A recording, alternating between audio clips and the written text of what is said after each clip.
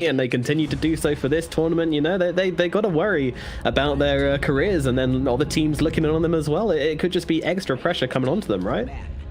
Yeah, that is a possibility, but a lot of these guys are very...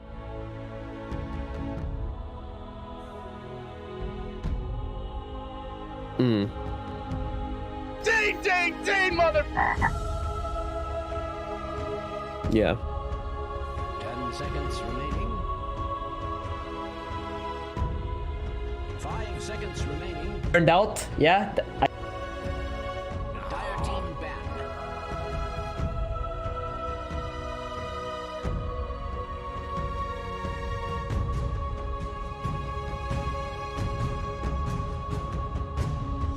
Yeah, and it's not the region you want to start to stumble in, is it? You know, this is like a hungry pack of wolves of players, of teams. You know, everybody wants to do well, and EU is a region to prove yourself in. If you start to slip behind, those wolves are going to be napping at your heels, trying to grab at you, trying to bring you down and get in front. So this is a hungry region, and you do not want to slip yourselves up. But we are getting into a draft already, and some slightly unusual bans, I would say. I mean, the lone druid being banned out against Liquid is always interesting, but then again, it is Liquid. They do have Quakefer. And yeah, it's a bit of an interesting one all the same. And the Bloodseeker banned out. This hero has been rising in popularity as an offlaner ever since Secret kind of debuted it at the Omega League, and since then people have really had a chance to really practice at it. But you're expecting Enchantress to come out from Liquid here? Yeah, I was expecting...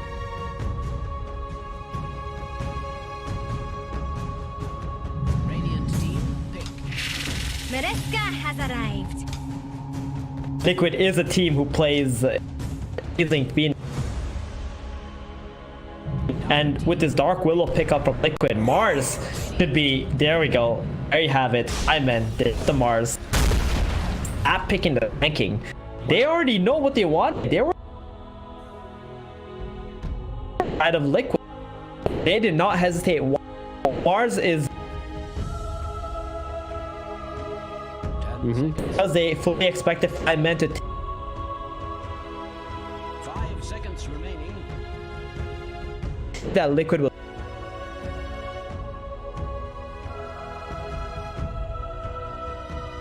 Yeah, they've done their homework, and they certainly had a good idea coming into this first phase. So now you're left with this Dark Willow and Sand King combination. It's not a classic one, but I mean, there's a reasonable amount of synergy there, right? Oh, definitely.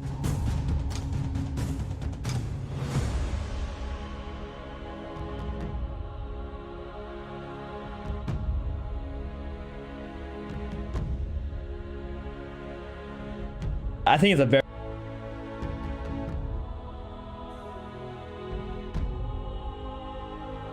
There are some lanes that are bad, like for... Team banned. Radiant team banned. There you have it. One hero. Yeah, I am. It's just annoying. A very strong laner right now as well. I mean, all of the popular carries are pretty damn strong laners, so it's not a great time to be an off laner. Yeah, actually, I think a lot to do with the current meta and the fact that the guys are bringing. Then that's where carries are happening. 10 seconds remaining. A little bit more green. 5 seconds remaining. A lot of support. Interesting. Meanwhile, 5men have actually banned out the Morphling. I mean, this is something which a lot of teams have experimented with, this kind of goofy combination of the Morphling and the Dark Willow. I mean, of course, yeah, it's very interesting. You get the Yags, and all of a sudden your Morphling's firing at like ridiculous range for ridiculous damage, but I haven't actually seen it work that well myself, but yeah, clearly it's still a respected combination. But I mean, I swear the second phase is just like ban the carry time. Seconds remaining. Yeah, it is. If you don't first phase, you're so problematic. That's where normally we see second pick up that carry and ban out 3. Oh, and they get... We're gonna be seeing...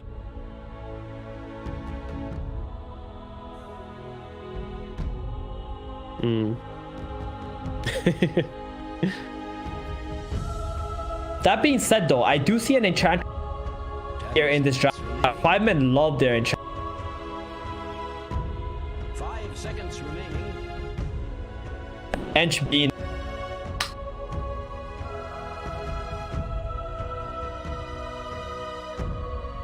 Yeah, I mean, surely, right? Like, it's been such a popular pick here across pretty much all the regions, and in like the other EU tournaments we've had in China, which is one of the hotly contested ones, along with like Phoenix and yeah, a couple of others. so there are some other popular heroes. Dire team pick.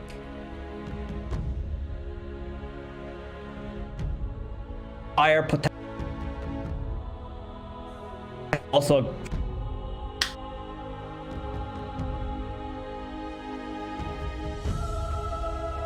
Yeah. are bad.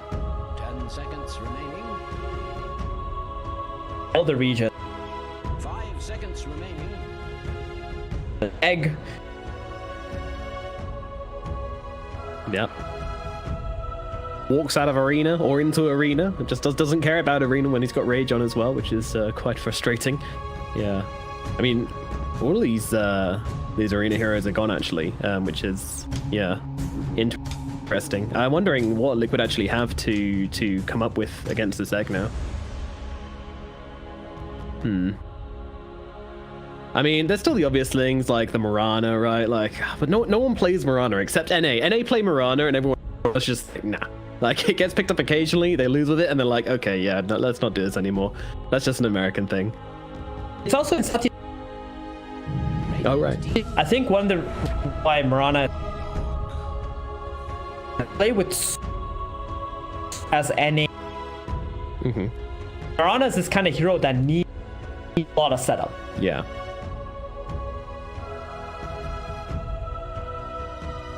Europe, we see a lot more 5 seconds remaining.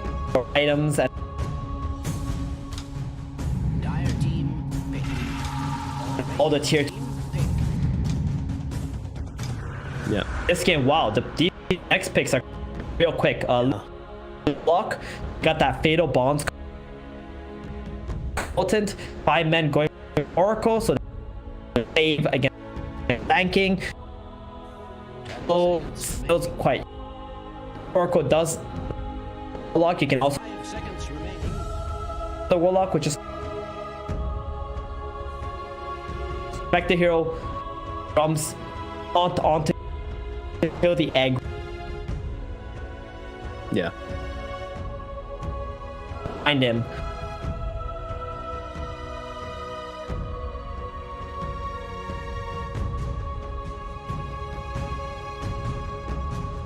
I just realized you've summoned the Phoenix pick, haven't you, with that shirt? Oh yeah. Impressive. Actually, yeah, bringing him out. Oh.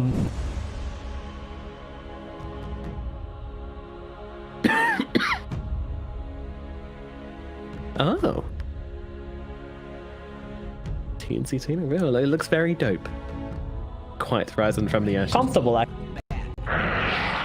Like some good comfortable merch as the troll waller comes out for 5 men, and this is their. I don't know if there's their answer to the Spectre. I don't know. I feel like the troll's a little bit further down in the trash can than the Spectre is. I feel like 5 men definitely came out worse from this one. But do you rate the pick? Does it work for you?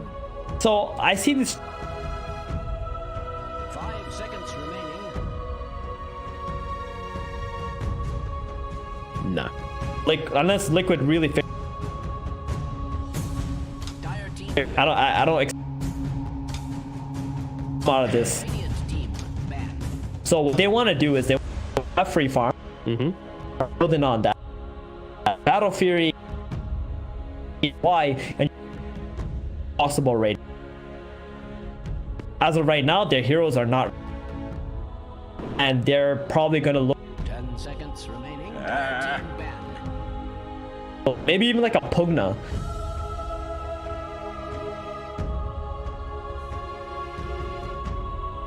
Yeah, we have seen a lot of Pugna today as well, coming out from some other teams as well, so wouldn't be surprised to see them, our little green friend, saying hello. And of course, we got the Troll Warlord and the Oracle combo as well. This was very popular when Troll was very popular. He's less popular now, but certainly that combo will still remain, dropping the ultimate on him and then allowing him to get his ulti off. It's very hard to kill this Troll Warlord, and no chance of getting any like axe or anything, which is kind of hard to counter it at this point in the game because you picked it up so late. Still not sure. I mean, Spectre just feels way easier. And this entire draft from Liquid, right? It's very, very team fighty. I think both teams have a team fighty draft, but Liquid just have like a few more at their disposal, like a few more lockdown, a few less things they need to make work, and a few things which just like probably will work. The synergy, that's the word I'm looking for. The synergy seems really good from Liquid. And now the Void Spirit comes out from 5-man as the final pick. This has to be something Liquid were ready for, though. Right, definitely. Very popular, been a lot of 10 seconds remaining. game and lick. As long as they pick something that has short, 5 seconds remaining. I think they're gonna maybe even an invoker. I think it's quite good against. Get like a Quaswex and they already have the long cooldown, and 5-man have a lot of low. Select your heroes. It's an interesting map. I think the Queen of Pain has a lot of potential against Void Spirit and so we're gonna. I think Kyle's the one who has more. I have to.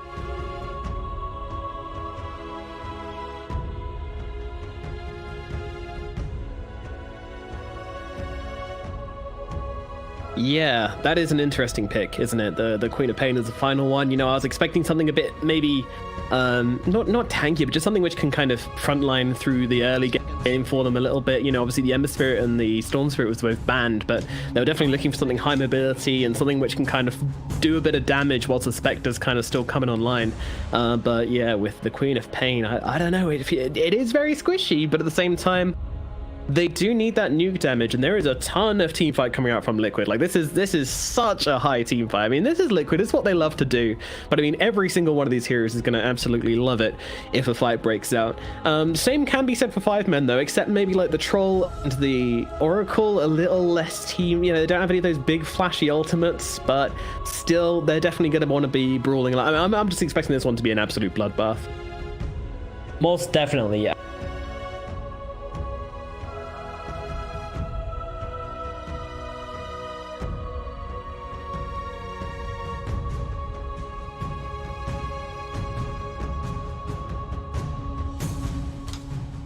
Maybe a slow first, that 10-minute mark, a time.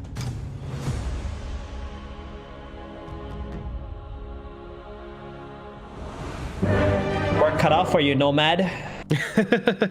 yeah, I know. And I mean, we got this now, and then later on we've got Saxa versus Soshka coming up as well, so I'm not looking forward to casting that mess. Jesus. Yeah, there's a lot of work on our plates coming up, but no, it's looking like it's going to be a hell of fun game if these teams come out of the laning phase equally. But will they come out of the laning phase equally? Because that's something we could often overlook, you know. It's something, the matchups, which are sometimes ignored. But is there anything exciting going to be happening in these laning phases, or do you not think so? Yeah, I think the Queen of Pain versus Void Spirit.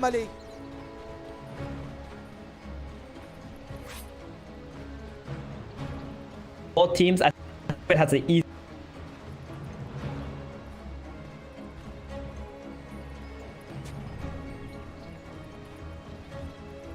Queen of Pain can get like haste.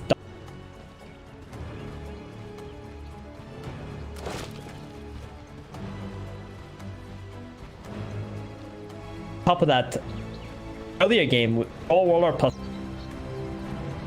I don't know how. Very. Yeah, he could get bullied a little bit down here in the bottom as he does a bit of scouting, does a bit of deforestation. Not good, Boxy. You've got to save the trees, not kill them. Come on, man. And Ace and Pilot, yeah, I mean, it's a scary lane, isn't it? We'll see how Boxy can do in this one. It's going to be a case of cutting creep waves and dragging them around the back and kind of avoiding this lane here, do you reckon? Or is it going to be more of a case of them just brawling in the lane together, where the creeps meet? I think they're just gonna be brawling in the lanes. Like, we're not gonna see a whole lot of creep cutting. Okay. At all, yeah. The Phoenix top lane can definitely drag a wave around and try to get her level 2, because Warlock can't really go there and contest because it's so slow and sluggish and needs to try to stack camps and pull and bring the lane back. So I guess there's a possibility there, but I do think they're just gonna end up fighting over top lane. They're gonna try to shove this top lane in and just make that big camp pull, and there's no entry out from Insania either onto this big camp, so no. Meanwhile, middle lane, the creep equilibrium already starting a bit wonky as Voxy takes some harass down at bottom. Mason Pylai off to a very strong start here, throwing down that sentry nice and early, and here comes the gamble. Which side do we put the sentry on? Is it on the left? Is it on the right? Is there any way to find out? I don't know. Yep, it looks like top also Insania gonna go ahead and block this big camp. Misery gonna watch him block it as he blocks a small camp. Very normal things happening in this top lane, and Misery gonna get bullied out of this lane. So it's just gonna be a 1v1 situation with the Spectre and the Mars up here. Get out of here. It's how is that one gonna work out then? The Spectre laning solo versus the Mars. Is that okay? Oh yeah, definitely. I mean, none of these carries are gonna have a hard time versus offlaners. It's just gonna be a farm fest in this top lane. The action is definitely gonna be in this bottom or the mid lane, possibly. How is bottom actually right now? 3 last hits for Sanking in the first 2 waves already, so not doing too hot at the moment. I believe Paladai will be bringing out some sentries because bottom is skill up Sandstorm level 1, and at that's when it's gonna get a lot more difficult. Yeah, Liquid. and there's a little pressure coming. Although damage onto Tiger. Tiger forced to pop the Shadow Realm here. Highlight still kind of paying a visit. Ace is running him down as well. He might want to throw some spells, but no. Tiger, under the safety of his tower, will be okay. Got his level 2 just in time. Yeah, to cast definitely. That realm. And Boxy's just ignoring him. He's just like, oh my god, they're not using spells on me for once. I can actually get some creeps. Meanwhile, just being forced to use the spear, but down at bottom, the action's happening. Ace is getting low, as is Boxy. There will be fairy fires pop from both of them here to keep them alive, and they're just sort of trading. And that's about it. And that's a positive trade for 5 men. They got the healing sub on the position 5, and this is kind of the meta with position 5. You just get a bunch of healing subs, heal up your carry as he trades with the opponents, and the position 4 and 3 just can't keep up with this kind of sustained. Up the top lane. Oh, Mickey might just find him here, but he's got the dive, and it's actually going to be bottom where Boxy dies. Jesus. Oh my goodness. That Spectre got so close to killing Misery up in the top lane, but in the end it is down in the bottom. Well, meanwhile, Mickey being chased by Jibbe. The spear does finish the job. Jesus, actually goes the other way. It's the Spectre which goes down in the end, so that's going to be a couple of kills going the way of 5 men. Great start to the laning phase for them. There wasn't any healing salves on Insania for Mickey to just go back and pick up there, so unfortunate for them on the top lane, and that's a really costly death, I gotta say. You don't want your carry dying like this in the laning stage whatsoever, especially while your offlane is having such a hard lane bottom. Liquid also didn't hit the sentry with theirs. No. So there's still 2 sentries up on watching Boxy in this lane. He's not going to be able to hit creeps for a long time at this rate.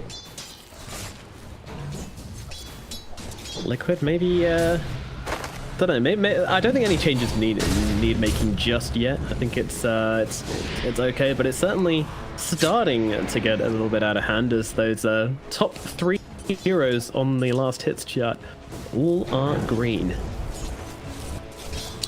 Yeah, this mid lane going just about even, almost identical last hits as well, so not a whole lot happening here. Chessie did pick up the DD, so the 4-minute rune, very, very important. He's the one who manages to get that, so at 6 minutes, I think we're going to see some rotations coming off from 5 men, and I think 5 men are off to an amazing start at this stage.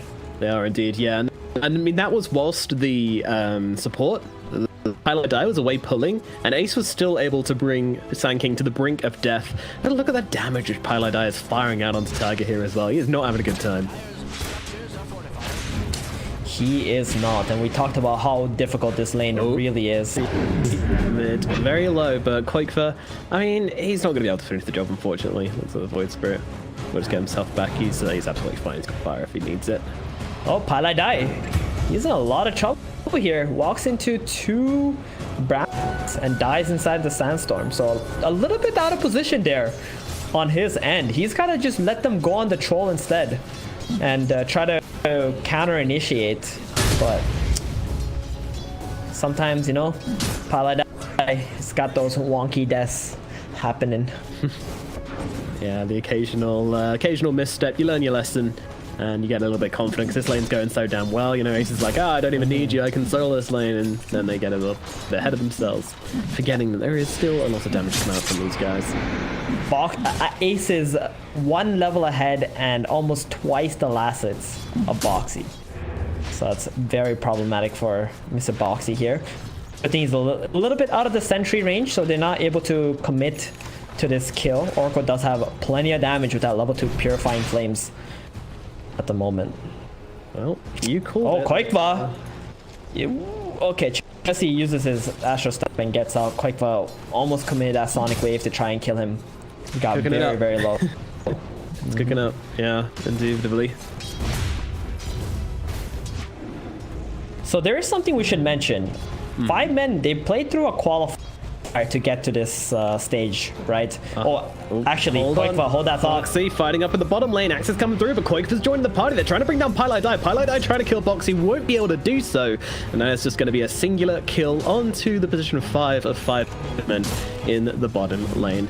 Not a huge reward for their rotation. I imagine they were hoping for a little bit more, but still the domination continues in the bottom lane. Oh, they make the rotation top with Chessie as well, but Shibe, he doesn't hit that spear onto the Spectre, so it's not going to lead into a kill here.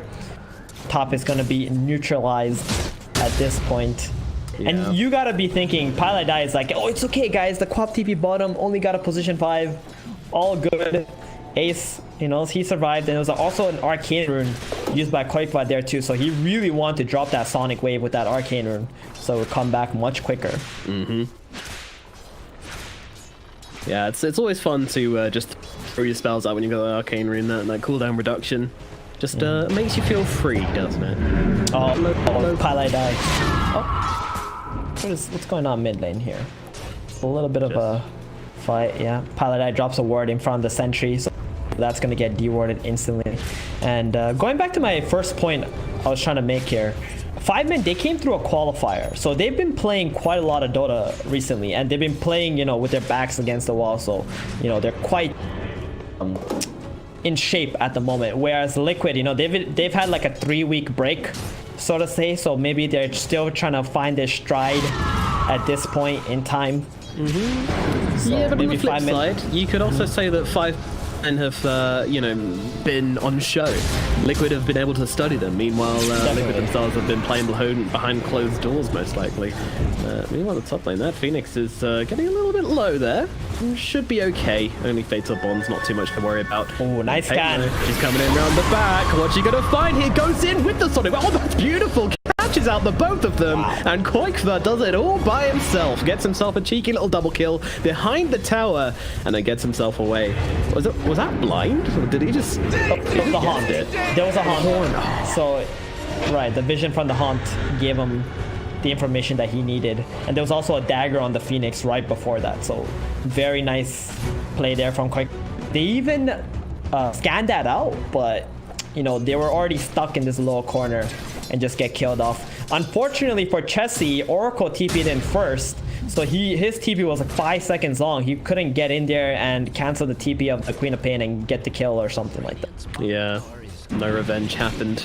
His bottom? Sad. Meanwhile, yeah, they're looking for another one here, and the target's going to be Ace. He's going to pop that ultimate straight away, try to turn it around onto that Sand King. Meanwhile, looking over towards Quake, but he's just kind of getting kited around right now, though, really, and yeah, Ace is going to lose life. Tries to get the deny, but no, Quake will take it. Meanwhile, Tiger dying up in the top lane to, oh sorry, in the middle lane to Chessie and Misery there.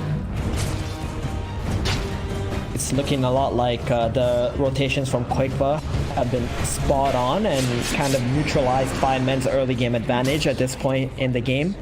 The next time we're gonna see a lot of team fight breaking out is at 10 minutes with the bounty runes, and then the tomes going to the supports. We're gonna see a lot of key level 6s on both teams here, and then the fight on the catapults. So first, bounty runes. Here we go.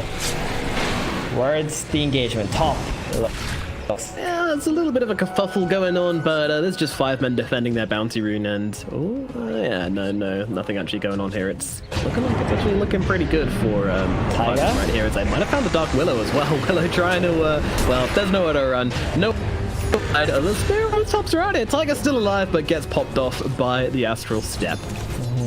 And there's also a rotation here from Ace to the top lane, so maybe foreshadowing that this is the lane that they want to take the tower in.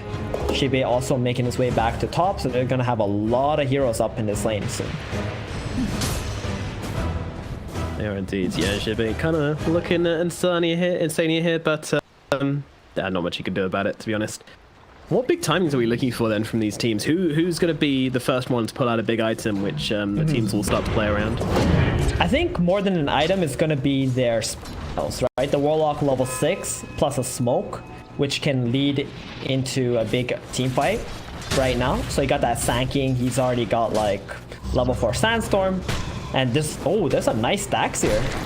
You know what? Whenever you watch Liquid, you can always expect nice stacks. These guys love their stacks, and they always play off this. A little bit of advantage that it can give you. But the top tower is falling right now, and they're gonna need to do something about this. They don't have a whole lot of pressure bottom either. This catapult bottom is at 100 HP, so one hit from the tower, that's gonna die. And here you go, Insania. Not quite yet level 6 though. Jibe and Pylai die, mirroring the aggression. Insania is just gonna pull creep past the tower. Meanwhile, Quake finds Ace, and they're gonna drop the Haunt onto him as well, trying to bring him down. Is there any support coming on over for Ace right now? Not just yet, and they're gonna get the kill. Meanwhile, up north, well, that looks like a dead Oracle to me, and it also looks like he actually drops the ultimate to try and keep himself alive here. My goodness, I wasn't expecting that. Anybody coming in to help him? Meanwhile, on the sidelines, it's Skoikva and Chessie, kind of just throwing some spells at each other. No real hard commitment, and actually the Oracle was completely fine, by the way. So just a singular kill onto the troll. Feeling pretty good for Liquid, I guess. And they had to drop the chaotic offering though. Jibe is kind of behind enemy lines at this point. I don't know how he's ended up here after this engagement, but this is not your neighborhood, son. You're a long way from home, and he is going to eventually fall. Yeah, he was being chased out by that Warlock Golem and the Dark Willow, and then the Queen Pain just had to meet up there, get that free kill onto the offlaner. Liquid, like you said, feeling really, really good at this point. And this top lane, man, this tier 1 tower is not falling. That's got to be a big pain in the butt for 5 men at the moment. Yeah, it certainly will be as Chessie comes on over. They're really trying to force the issue now. Boxy's going to be the target, but he's just going to scuttle himself back, and they decide that, hey, you know what, this is a little bit high risk for us, so kill off the creeps, keep on this pressure. Boxy's just going to sit here inside his Sandstorm, doing his business. Meanwhile, Misery has to back himself out of the bottom lane. But yeah, the tower finally shall go down. No deny for Boxy either. But now it gets a bit awkward. His tower is gone, so he's going to try and get the burst strike away. Going for the TP out as well. Any cancel? There is not. See you later. Adios. Well played. And look at Boxy's item build to Aghanims first. I have not seen this in like a competitive game, I believe, in a while. Yeah, normally I seem to remember we had like one game ages ago where somebody went for it just when like the Ags was first released. I think that was like a testing the waters kind of deal. But yeah, I mean, almost everyone goes for like at least a Yules or a Drums first. But yeah, my dude's going most popular right now has been the Veil. So you get that spell amplification and such for your heroes. And they're out in the bottom lane looking for a cheeky kill, and they'll find it. Misery goes down. Meanwhile, Jibe maybe looking for a bit of revenge here, and he does land the arena onto Tiger. Tiger possibly in some trouble with that spear coming through, and that will be some nice retribution for Jibe there, getting revenge for his fallen comrade.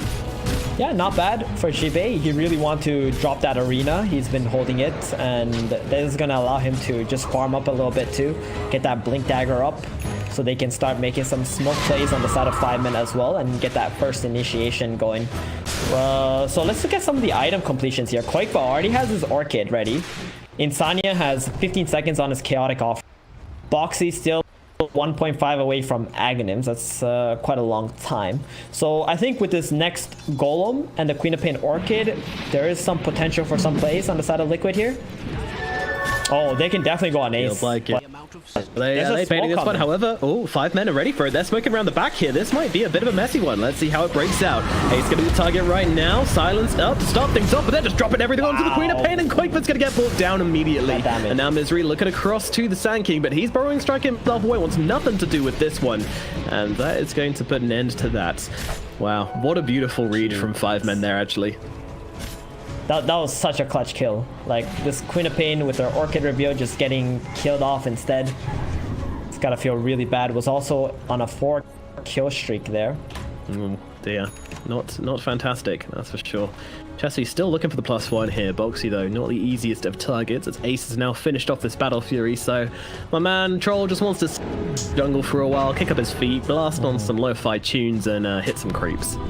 It's a little bit concerning for 5 men though that the Spectre is going to be quite free to farm bottom area of the map. Boxy getting gone a little bit. Nah, it's going to be okay. Yeah, they tried. So yeah, so Mickey, he's just going to be playing in this triangle and bottom area, and if you look at the wards of 5 men, they've committed a lot of vision into the top and mid here. They really just want to be able to play for that Roshan and the farm for the Troll. Boxy attempts again, but no, he actually manages to get himself out of the arena, dodging the ultimate of the Mars, and he's still absolutely fine. They've even dropping the Supernova for this one. They want this tower so damn badly, and yet they just fortify it off, back themselves up, ready to go again. Misery wants to tank up this tower, does not want that catapult to die. They're even using the illusions to try and tank up for the catapult here, just squeezing every little bit of damage they can out of this catapult like a sponge. They gotta get out. They cannot keep staying under this tier 1 tower anymore. The only spell they're missing is a Chaotic Offering, but 5 men have already dropped their 2 biggest ultimates and pretty much accomplished nothing at this point. That's gonna hurt. While the Spectre was just freely farming up, didn't even need to commit his haunt or anything of that sort to the defense tower. Nope, nothing of value is committed. And Golem will be available in 50 seconds. The last one, of course, got us that kill onto the Queen of... no, actually, it didn't take... they tried to save the Queen of Pain with it, but it wasn't enough. So it's still waiting on that bad boy. Maybe make themselves a play. But yeah, I mean, it does feel like Liquid have been kind of a little bit caught off guard by that movement from 5 and back at top. When they hit their timings, you know, they're like, yeah, we got Golem, we got Silent Stick, we're ready to go in the top lane. They just get completely read by 5 men, completely torn apart. And now they kind of just, I don't know, they seem to be in the ocean without a paddle. What's next? They got dewarded as well in jungle, so they can't actually make any smokes with this Blink Mars into that area. So the best thing for 5 men to do is just go back to this mid lane, right? Try to get an initiation onto the Sand King. Just kill whoever you can actually see that are playing through the lanes. You also got an Aghanims up on the Void Spirit now, so they got quite a strong timing at this point in the game on the side of 5 men with the Blink Mars and the Aghs Void. You know who else has got an Aghanim Scepter? Is it a Sand King? Yeah. Yep.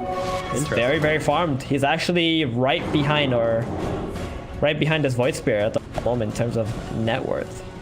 Just impressive. A very rich game. Now a smoke up. That's an interesting smoke. There's no Mars here. And how do they plan to take this engagement? Liquid, they really want to take this power back, and they also have a Chaotic Offering available. On to Chessie, but the save comes in from the sidelines. Highlight Die is ready for it, and now the focus Sun rounds will top him as well. Just make sure he's absolutely going to be surviving this one. Meanwhile, Sand King getting pretty low. There comes the arena, catching out Boxy, and Boxy will lose his life. And now Jibby immediately looking for more. Insane is going to be the next target. Ace on top of him, doesn't want to drop a golem for this, so he is just going to lose his life. Ooh, I mean, as soon as they saw that ulti from the Oracle onto the Void, they might have wanted to just reset, but the Sand King committed it into that area after his stun in, and this Aghanims, you know, it can sometimes feel a bit throwy, right, because of how far you're gonna stun in. Some of your teammates are not gonna be able to follow up with you, especially the Warlock. Yeah. Tiger just gonna throw the fear, or intend to throw it now this season. Just wants to try and make this take as long as possible. They're kind of ignoring it. He's going in for this one, actually. Straight into the pit. Quake this way around the side as well. They're going to drop down the goal, and the fight breaks out as they jump straight in. The Aegis on the floor. No one's actually picking it up. Quake got it. Gets himself in, grabs at the Aegis. Meanwhile, Tiger is dead. Ace just wailing away at Quake, though. Quake is going to lose that Aegis as quickly as he got it. And now they're going towards Boxy as well. Boxy netted up, taken down. Ace on top. And look at that damage coming on down. Boxy is dead. Meanwhile, Queen of Pain respawns and runs away out the back lines off that fight. That was messy, messy, messy. And it was actually 5 men who kind of come off better. You know, they take down the Aegis of the Queen of Pain. Sure, she stole it from them. They're a little bit perturbed about that, but very, very happy about the fact they're able to get themselves a few clean kills. And also, the ultimates are now gone. The Horn, the Chaotic Offering, they're all on cooldown now. Yeah, they are on cooldown. They can make a play here, but I would have to agree with you on this one, Nomad, because really? Quakeba did get the last hit on that Roshan as well, so they got a lot of experience and gold out of it. They did lose the Sanking and they lost the Dark Willow, but it's not a heavy price to pay for 5 men not having that Aegis or the kill on the Roshan. Because if they had an Aegis right now, I think they'd be running down all these towers on the map at the moment. But because they don't, I think for the next 8 minutes, Liquid just bought themselves a time. All right. Fair enough, fair enough. We're allowed to disagree with one another, you know, like a married couple. It's all about communication. And talking about communication, Liquid have clearly communicated to get out of this top lane right now. Their hero's coming out, although maybe there's a consideration. Boxy's TPing himself in just to defend this high ground area. Interesting.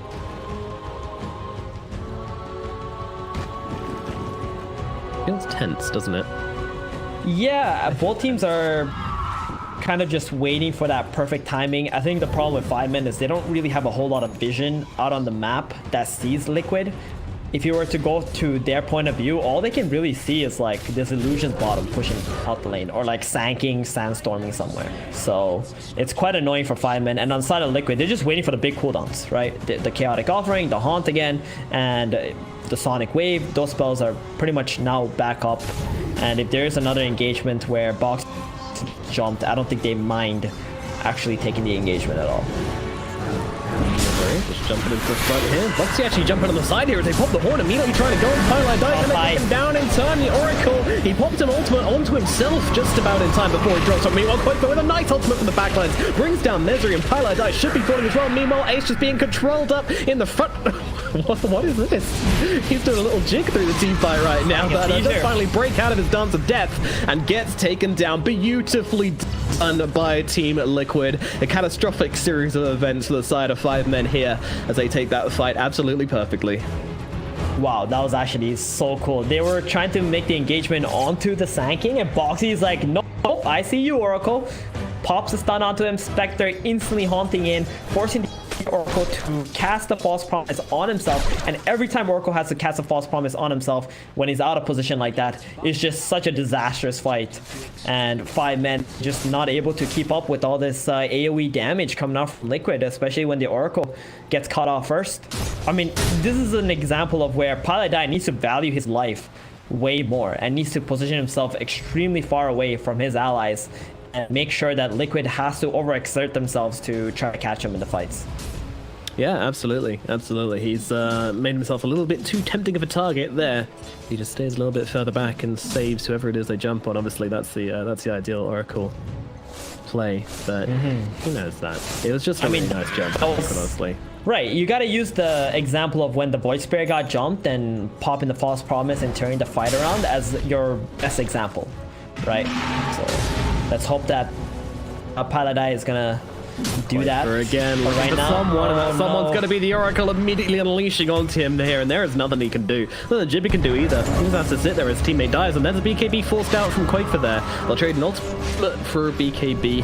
Seems pretty worthwhile. Misery just turning up, flapping her wings a bit. It's not over yet. And now Chassis jumps in. No BKB available on this Queen of Pain. This could be a real opportunity for them as Ace gets on top of him as well, and Quakefa melts like butter in the sun.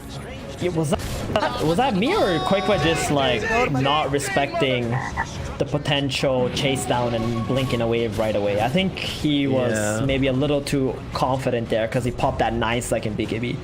So overall, very great exchange for 5 men. They traded an Oracle for a BKB and a Queen of Pain. So Happy 5 men there. Yep, and Oracle, he's already back fighting fit, running out of the base, ready to get involved. But yeah, I mean, all right, let's have a look at some net worths then, because Ace, obviously, he's on top. He's a big man. He's got himself this Battle Fury. Yasha completed. Is this a Sand coming out to him as well? No, it's a fully completed BKB heading his way. Huge item. And that is why they're smoked. Yep, and he even has 3 deaths in this game, and he's still the most farmed hero. That's just incredible. Yeah, Ace. feels good. Have that Battle Fury. Good farming hero, this guy. And now they jump forward. They found themselves a target. This Sand King is looking like an ET boy. They want to chop him up and have him for dinner, and they will do exactly that as Loxy loses his life on the enemy side of the map. And 5 men, well, what can they turn it into? Top's looking tempting. Mid's looking tempting, although a little bit defendable for Liquid. So they're going to try and get this top tier 2. Why not? Yep, should be quite free without the Sand King, and Liquid definitely don't want to be smoking up to defend their safe lane tower when it's already been surrounded like this. And this is where I think 5 minutes are just going to keep playing in the top and mid area and prepare for the next Roshan. This next Roshan is going to be everything in this game. 5 men get this Roshan, they get cheese, they get Aegis, they can walk up to the high ground and force Liquid to deal with this 2 lives on the Troll Warlord. And on the side of Liquid, they need to stop that rush, because I don't think they're going to be able to stop a Aegis Troll Warlord in this game. Easily, No, I do not think so. Ace is a scary, scary boy. He will come for you, and yeah, I mean, they've got good kite. We've seen that. I was surprised at how well the Warlock worked into that. You know, we saw the Battle Trance Troll kind of skipping along the floor as he was slowed down by the upheaval, which looks amusing. It was actually the Terrorize from the Dark Willow. So he was feared. Okay. Yeah, he was trying to run away, but also run in with his Battle Trance to fight something. It just glitched Make up his mind. Do I stay or should I go now? Meanwhile, the Horn actually comes down along with the Horn. They go for him as they try to grab on them, but they're not actually taking that much damage. Solid Wave comes through, but they have taken down Boxy already as the Supernova comes crashing on down. Spectre's going to be target. Spectre will die as well. My goodness, what was that fight? Liquid. Wow, okay, so they get jumped first on the Sand King. The Spectre pops a hunt, goes straight for the Oracle, but the Oracle this time was very far away, so the Spectre was only able to jump the Oracle on his own, and the Oracle, all he had to do was just drop the ulti, and the Spectre haunted back into the team fight, but then he was in the middle of a troll warlord. No, Tiger! Oh boy. Shadow Realm! No, not enough. Shibit comes in with a big old slap on the bum to send Tiger to the grave for 45 seconds, and, well, tier 3 tower starting to drop, getting pretty low. Even a Meteor Hammer being committed from Misery now as well. That's got it. a lot of DMGs to drop down on this tier 3, and it shall certainly fall. Liquid. They're wave though.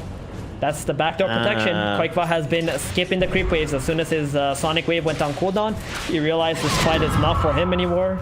Started pushing out the mid waves, and that's gonna save Liquid a racks. Very nice. This seems to happen so damn often as well. Like, if there's one man who knows how to make a game drag out, then it is certainly Quakeberry. Oh, yeah. That's why we see so many of these crazy long Liquid games, because these guys, they know how to play on the back foot. I think Man. they're one of the most annoying teams to beat, I would say. These are ex-Alliance players, right? With the famous Loda coaching them at some point, so they know how to drag games out. They know how to rat. They know how to split push, like you said. But now into the Roche Pit right we now. go, and without the ultimates, Liquid will not be super interested in trying to contest this one, which feels pretty bad for them, really. I mean, they kind of needed to, as you mentioned before. This troll now with Aegis, Basha, BKB, Yasha. He is an absolute beast. Oh wow! And why not give him a Paladin sword? Why not? Yeah. Jeez. This is a big problem for Liquid at this stage. I mean, they got their cut off for them. They're gonna have to figure out how to jump the Oracle and the Phoenix while cutting the Troll Warlord in the engagements.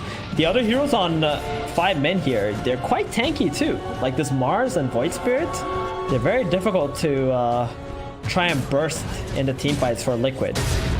Yeah. And as we saw from the last fight as well, you know, even when Liquid get all their ultimates off on, you know, 2 or 3 heroes, it doesn't matter anymore. They've got the BKBs. There's no way to stop them getting those bad boys off, other than a very short, chaotic offering, so huge problems. Is this common on Warlock to go for the Veil, by the way? I think it's a really nice item. You want someone on your team to buy that regardless. So the Veil kind of helps with your spells, doing more damage, but it also helps your teammates quite a lot. So it's just like amplification for your allies. So you can consider it like an aura. Okay. Interesting. I like it. I really do like it on the Warlock. Radiant's top tower is Increasing his usefulness, increasing a little bit of the damage of his chaotic offering, and oh yeah, Shadow Word, that famous DPS spell. Oh, Chessie. On the thanking. Yeah, there's a sneaky little crab trying to grab an outpost at 29 minutes. We'll have to pay him a visit and teach him a lesson. And Boxy, well, has he learned it? Oh. No, he hasn't. He's on Wait, the run, actually. what? Not bad, but oh, Fortune Zen tracking him down. He's still got to keep on going. 5 seconds till the burst strike. That's feeling like an eternity for Boxy right now. Shibe, spear misses, but the right click will not. That was so close. I mean, he did buy his team a lot of time to push out the lanes, but that was a very scary attempt on the outpost, considering there was nobody showing bottom. Indeed. Was indeed. Oh, look at the supports. They're trying to bring down Ace's first line. Are they? They've got it. He's popping the BKB for this. Uh-oh. Uh-oh. Run, Insania, run. And Wow. he doesn't have a target anymore. Wait, that's amazing. Yo. What? Sick. Yeah, They that was just actually outplayed. amazing. Yeah. And now they don't have the ultimate on the Troll Warlord. I think they're going to be a bit reluctant to push this as well. They're really delaying this Aegis big time on Liquid. And you really don't want to take any 5v5 engagements into this Aegis whatsoever. Like, you'd rather give up a Rax if you didn't push out all the lanes than take a 5v5 against this Aegis if you're Liquid. So whatever's going on right now is absolutely beautiful. We got like what, So 2 sick. minutes left now, and there's like a tier 2 tower still up for Liquid that 5 men really want to take out. And they're going to be getting frustrated at this point because, you know, this is their go time. This was their time to shine. Liquid, they've just kind of played them a bit. And, you know, frustration leads to mistakes. And that's what Liquid ultimately need to come back into this one. Maybe they can get it. I'm really liking the Spectre's item build this game too. Diffusal Blade, and now going into the Butterfly with the Manta. You got a lot of tanky heroes on 5 men. So just burning their mana off and trying to make these heroes pretty much useless in the engagements is a really good way to go. Well, the final outer tower does fall for the side of 5 men. But, you know, they wanted more, and they're still looking for more. What's the play? Well, you got about a minute left on your Aegis, so you have one last attempt right now, and you got your ultimate back up on your Troll Warlord. I think Liquid are going to try to delay this as much as they possibly can and maybe try to get an engagement as soon as the Aegis runs out. Initial comes rolling on through with the Meteor Hammer. Ping's coming out onto the Troll here. I'm not sure if that's a target. Dark Willow. Jump right now. They jump the sidelines here. Tiger, he's going to do the target. It's Chessie popping the BKB pretty early here, but they want to try and bring down this Willow. She is low, and she is going to die. Takes a bit of time, but they get Tiger. Tiger has buyback now, so the opportunity for her to come into this fight is definitely alive. Ace just chipping down at the barracks. I mean, this is Liquid just evaluating this and just being like, you know what?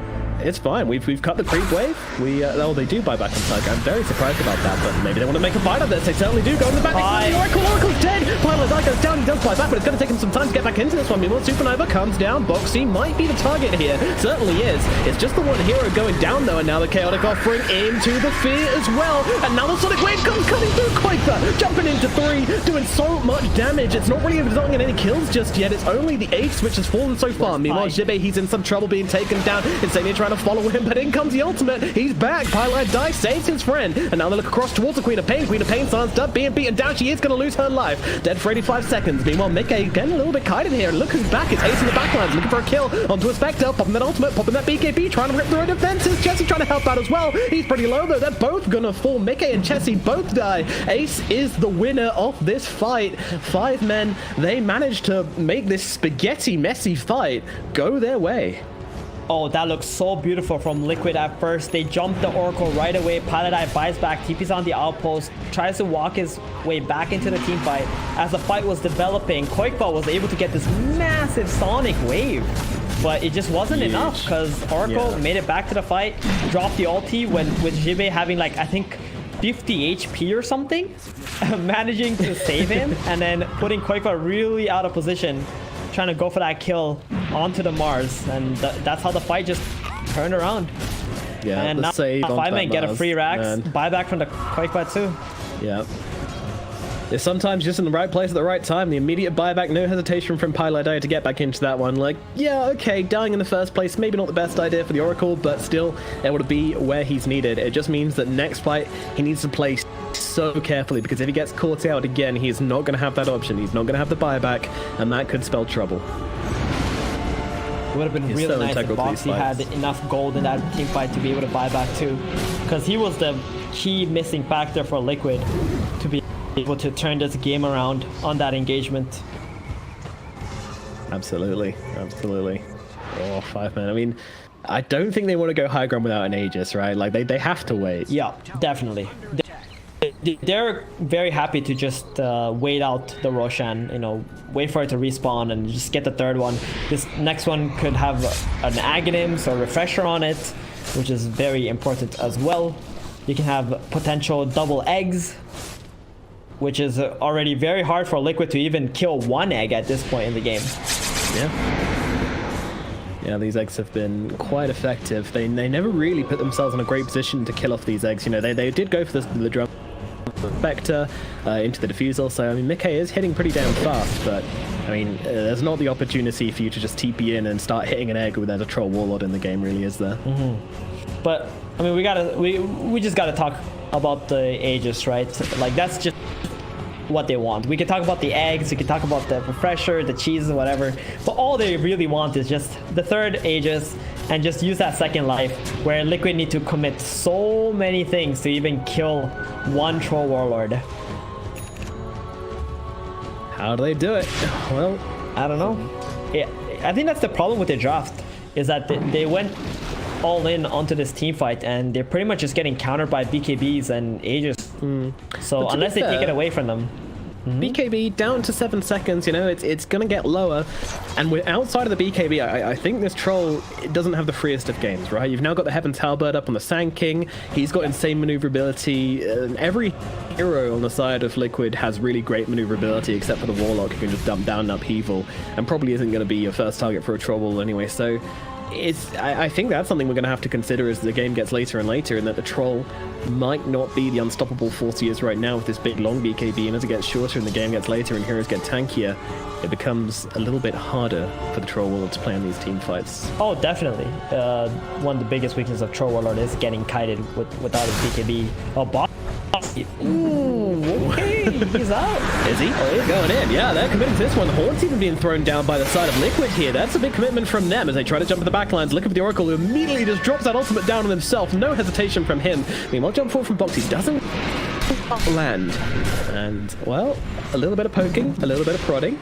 A Horn, false promise, but no real climax here. Although I say that they jump forward here on to Boxy. Boxy's losing his life, and he is down for the count. They're trying to get themselves out on Liquid. They realize that fighting is difficult, especially Ace has the ultimate, but now the BKB ends, and now the damage comes in. Ace in some trouble. They've got the kill confrig on him as well. There's nothing to save him. He's dead. And now they look towards Misery. He's on Misery, just about getting off that supernova. Should be trying to fight this. Can they kill off the supernova? They're trying. They're hitting, but they decide. Oh my God! Pylai Die gets knocked just from the sideline. Is it enough to actually bring down Mickey, though? I think he's in some real trouble here. They've got him surrounded. They've got him test the ruts. Oh my goodness.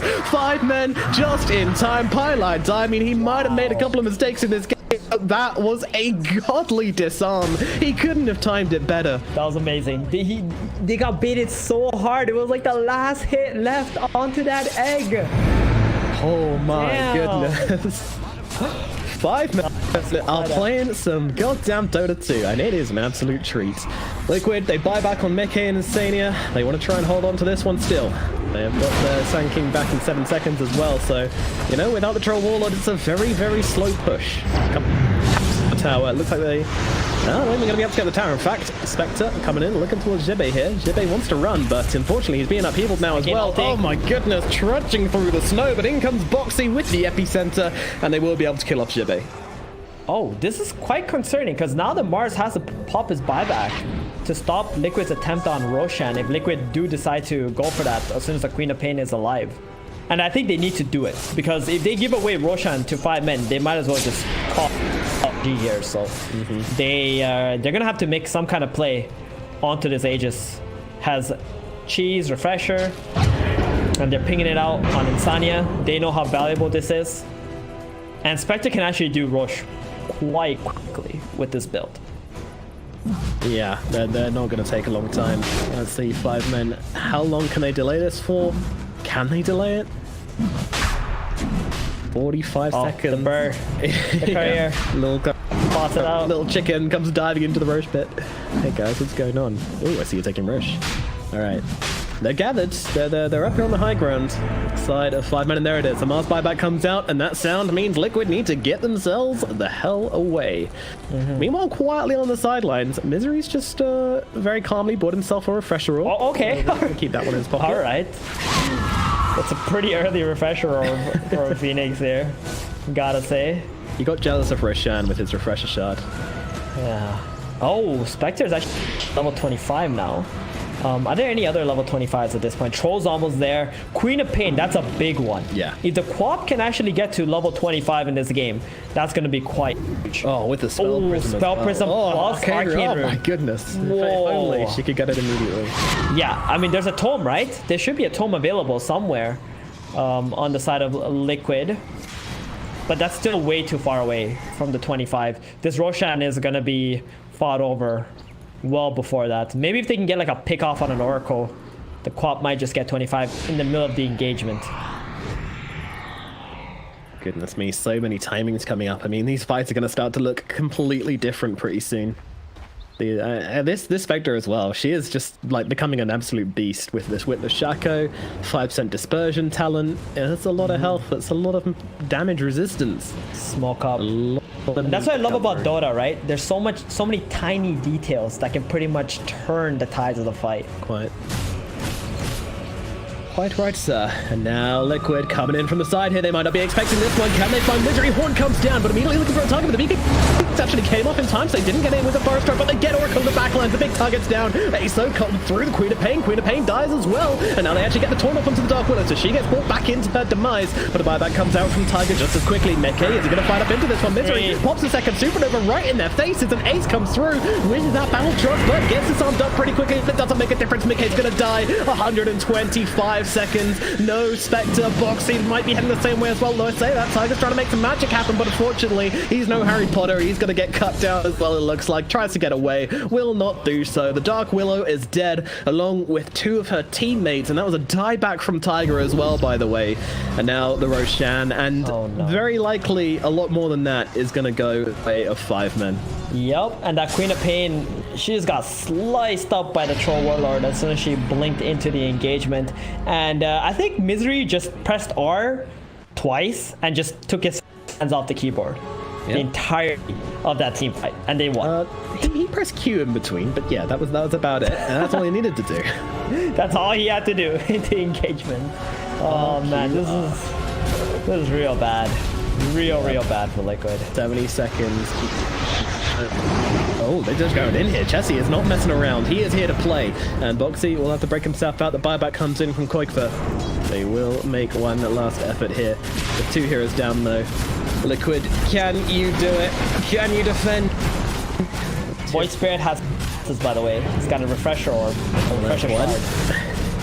Now gets stunned up, so we won't be seeing a second, but Jimmy comes in through the side. BPB caught from Koikfa as well here. They don't need to go on though. Boxy is just kind of running himself forward here because the Ancient's actually exposed and taking damage, but Boxy goes down, buys back into it, but they are just taking down the Ancient. They know where the money is, and they're going to take and win game number 1. 5 men, well, it looks like there's going to be a day of upsets. They take the victory in game number 1 in this best of 3 series against Team Liquid. Wow. Indeed, what a performance.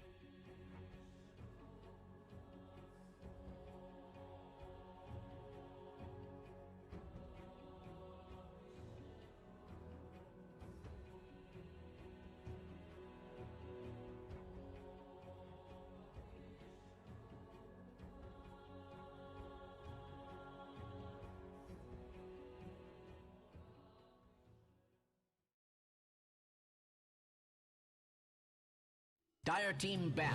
Radiant team ban. Dire team ban.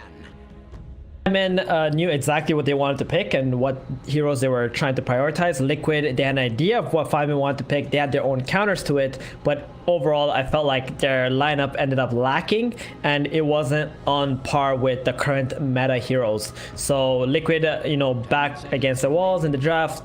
Fivemen, they just played out the map. They took objectives after objectives. They played to their timings.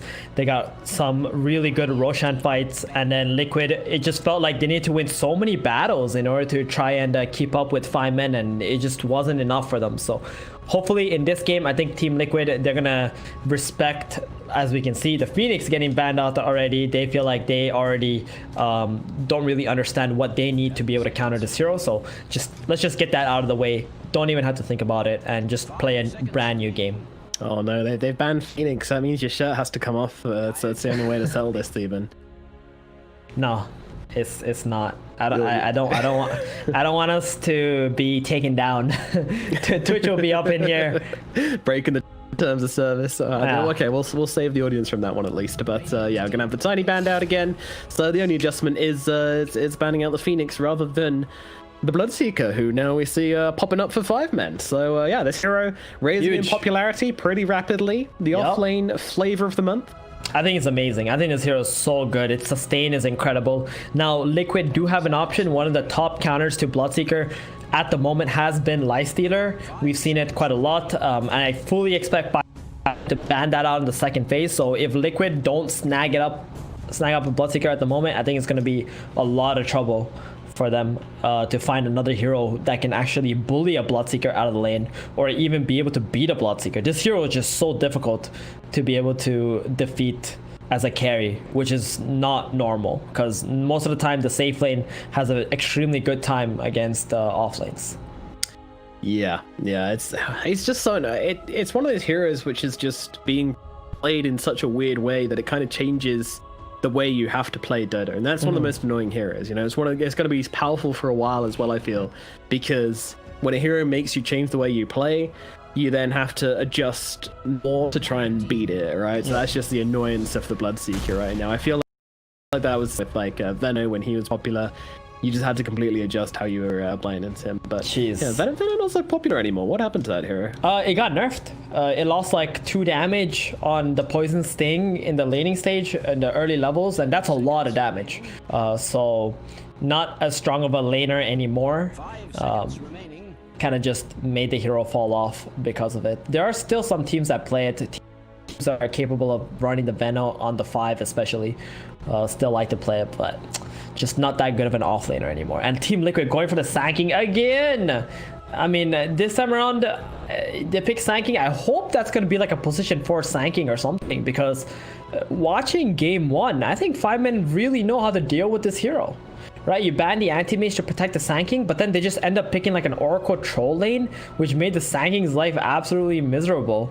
Even though he was able to farm his way back into the game, if you're not having a lot of impact in the laning stage or have potential to kill people in your laning stage, it's really, really difficult. I mean, maybe that's what they value though, the fact that, they know their offlaners are going to have a hard time. That's just the way Dota feels right now, so they just want to pick something which they know they're going to get a lot of money on, they know they're going to be able to recover on, and not really worry too much about their offlane and focus on their other lanes and just get this early SK picked up for themselves. Meanwhile, Fivemen, they've grabbed themselves a Wind Ranger, very popular hero right now in that 4 position. Or the 2. And Liquid answer with the Shadow Demon. Is this a good hero? How does a purge work into Windrun? It's going to get rid of it, right? Yeah, it's constantly purging and it'll get rid of the Windrun.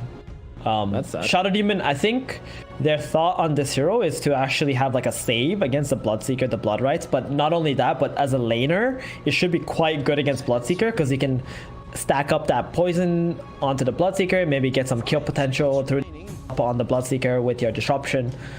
So I see where Liquid is heading with this. It's also quite nice to save someone who gets shackle shotted, right? With the Shadow Demon disruption here too. But I feel like Bloodseeker still wins that battle of attrition. even against a hero like Shadow Demon. You're just gonna buy like a magic stick, and you got that thirst. Dire team ban. So the carry is like the most important matchup for the Bloodseeker here. They ban out the Morphling, really strong hero with Sanking especially. I don't know if you've seen it, but Aghanim's Morphling plus Sanking is just disgusting. Yeah, I mean, Disgustingly any strong. long range catch plus mobility plus morphling. Yeah. We know how that one goes, you know. I'm looking at Right. you, Earthshaker. And there you have it. There's a Lifestealer ban, right, against the Bloodseeker that I mentioned. 5 men were not gonna let that through into the pool, and right now I'm feeling like this Bloodseeker is gonna have a real good time in this game, and that's problematic. All flaners shouldn't be having good time. That's just the role, you know? Yeah. All players are not allowed to have fun. You're That's just made how to Dota suffer. works. Yeah, exactly. You know, the raw history, in the beginning, you were laning against 3 heroes, or you were soloing against 2 heroes, and then you got like a position 5 bullying you out of the lane. Now you just lane into a position 5 who just spams healing cells and heals the carry up, and then you as an off laner, you're like, well, I guess I'll just sit here and do nothing and buy auras for my team. Yeah, that's kind of the deal of it. I think the only one who breaks that rule is like Bloodseeker and Legion Commander, who can sometimes just end up doing stuff if they have a good enough mid game. But I mean, yeah, those heroes just generally, well, Legion is very niche, but Bloodseeker definitely a very good hero right now. So Liquid, they're going to rock up. Well, we should probably talk about the heroes we've had picked at the same time. We had a Crystal Maiden taken out from Team Liquid, and 5 men went in for the Pugna. And now Liquid have grabbed themselves a Drow Ranger. Yeah, Interesting pickup. It is an interesting pickup. I mean, not only the drop, but the Crystal in itself, because right now you're showing that the Shadow Demon is going to be the position 4, or maybe even the 3. It could potentially be a 3, right? If it's a really good matchup against the carry. I doubt it. But yeah, the 5 going to be laning with a Drow Ranger now. 5 men picking up the Pugna means this hero could be flexible with the Wind Ranger. It could be the 4, it could be the 2. Wind Ranger, same thing, could be the 4, could be the 2. I know Misery, he loves this like debating stuff ever since the days of Digital Chaos getting 2nd place at TI. You know, he literally did that every single game at TI 6, and since then he's been doing it all the time. And 5 men going for an Arc Warden, so that's going to be Ace's hero. It's going to be the carry, and it's going to be very similar to how Troll Warlord did against Sanking, pretty much just bullying him in the lane with like probably a strong position 5. Yeah, I find this an interesting pick though, because generally like Drow does okay versus Arc Warden, right? Like it's an okay matchup for her. Doesn't really care too much about the magnetic field and you know, with why is that and stuff. Well, because she can proc through evasion, right, with her marksmanship, and also multi-shot doesn't care about evasion.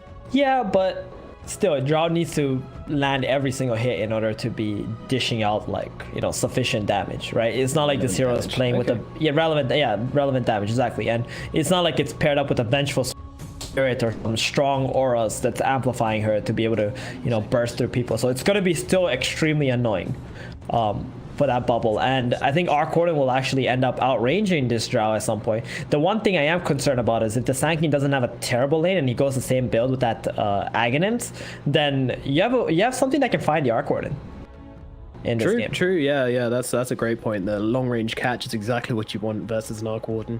They seem to have like little puzzle pieces which don't quite make the full picture on how they can take care of this Arc Warden. I feel like if they pull the cat out of the bag in this final pickup and get something really good here, then yeah, they might be able to at least have this Arc Warden pinned down. But I still feel like the Bloodseeker first pick is still in a pretty good spot. But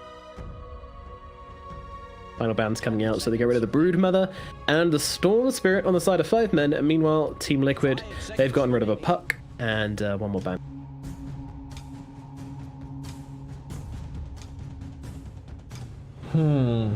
Pesky Brood. Always take that guy out of the pool. You never know when you're going to get brooded.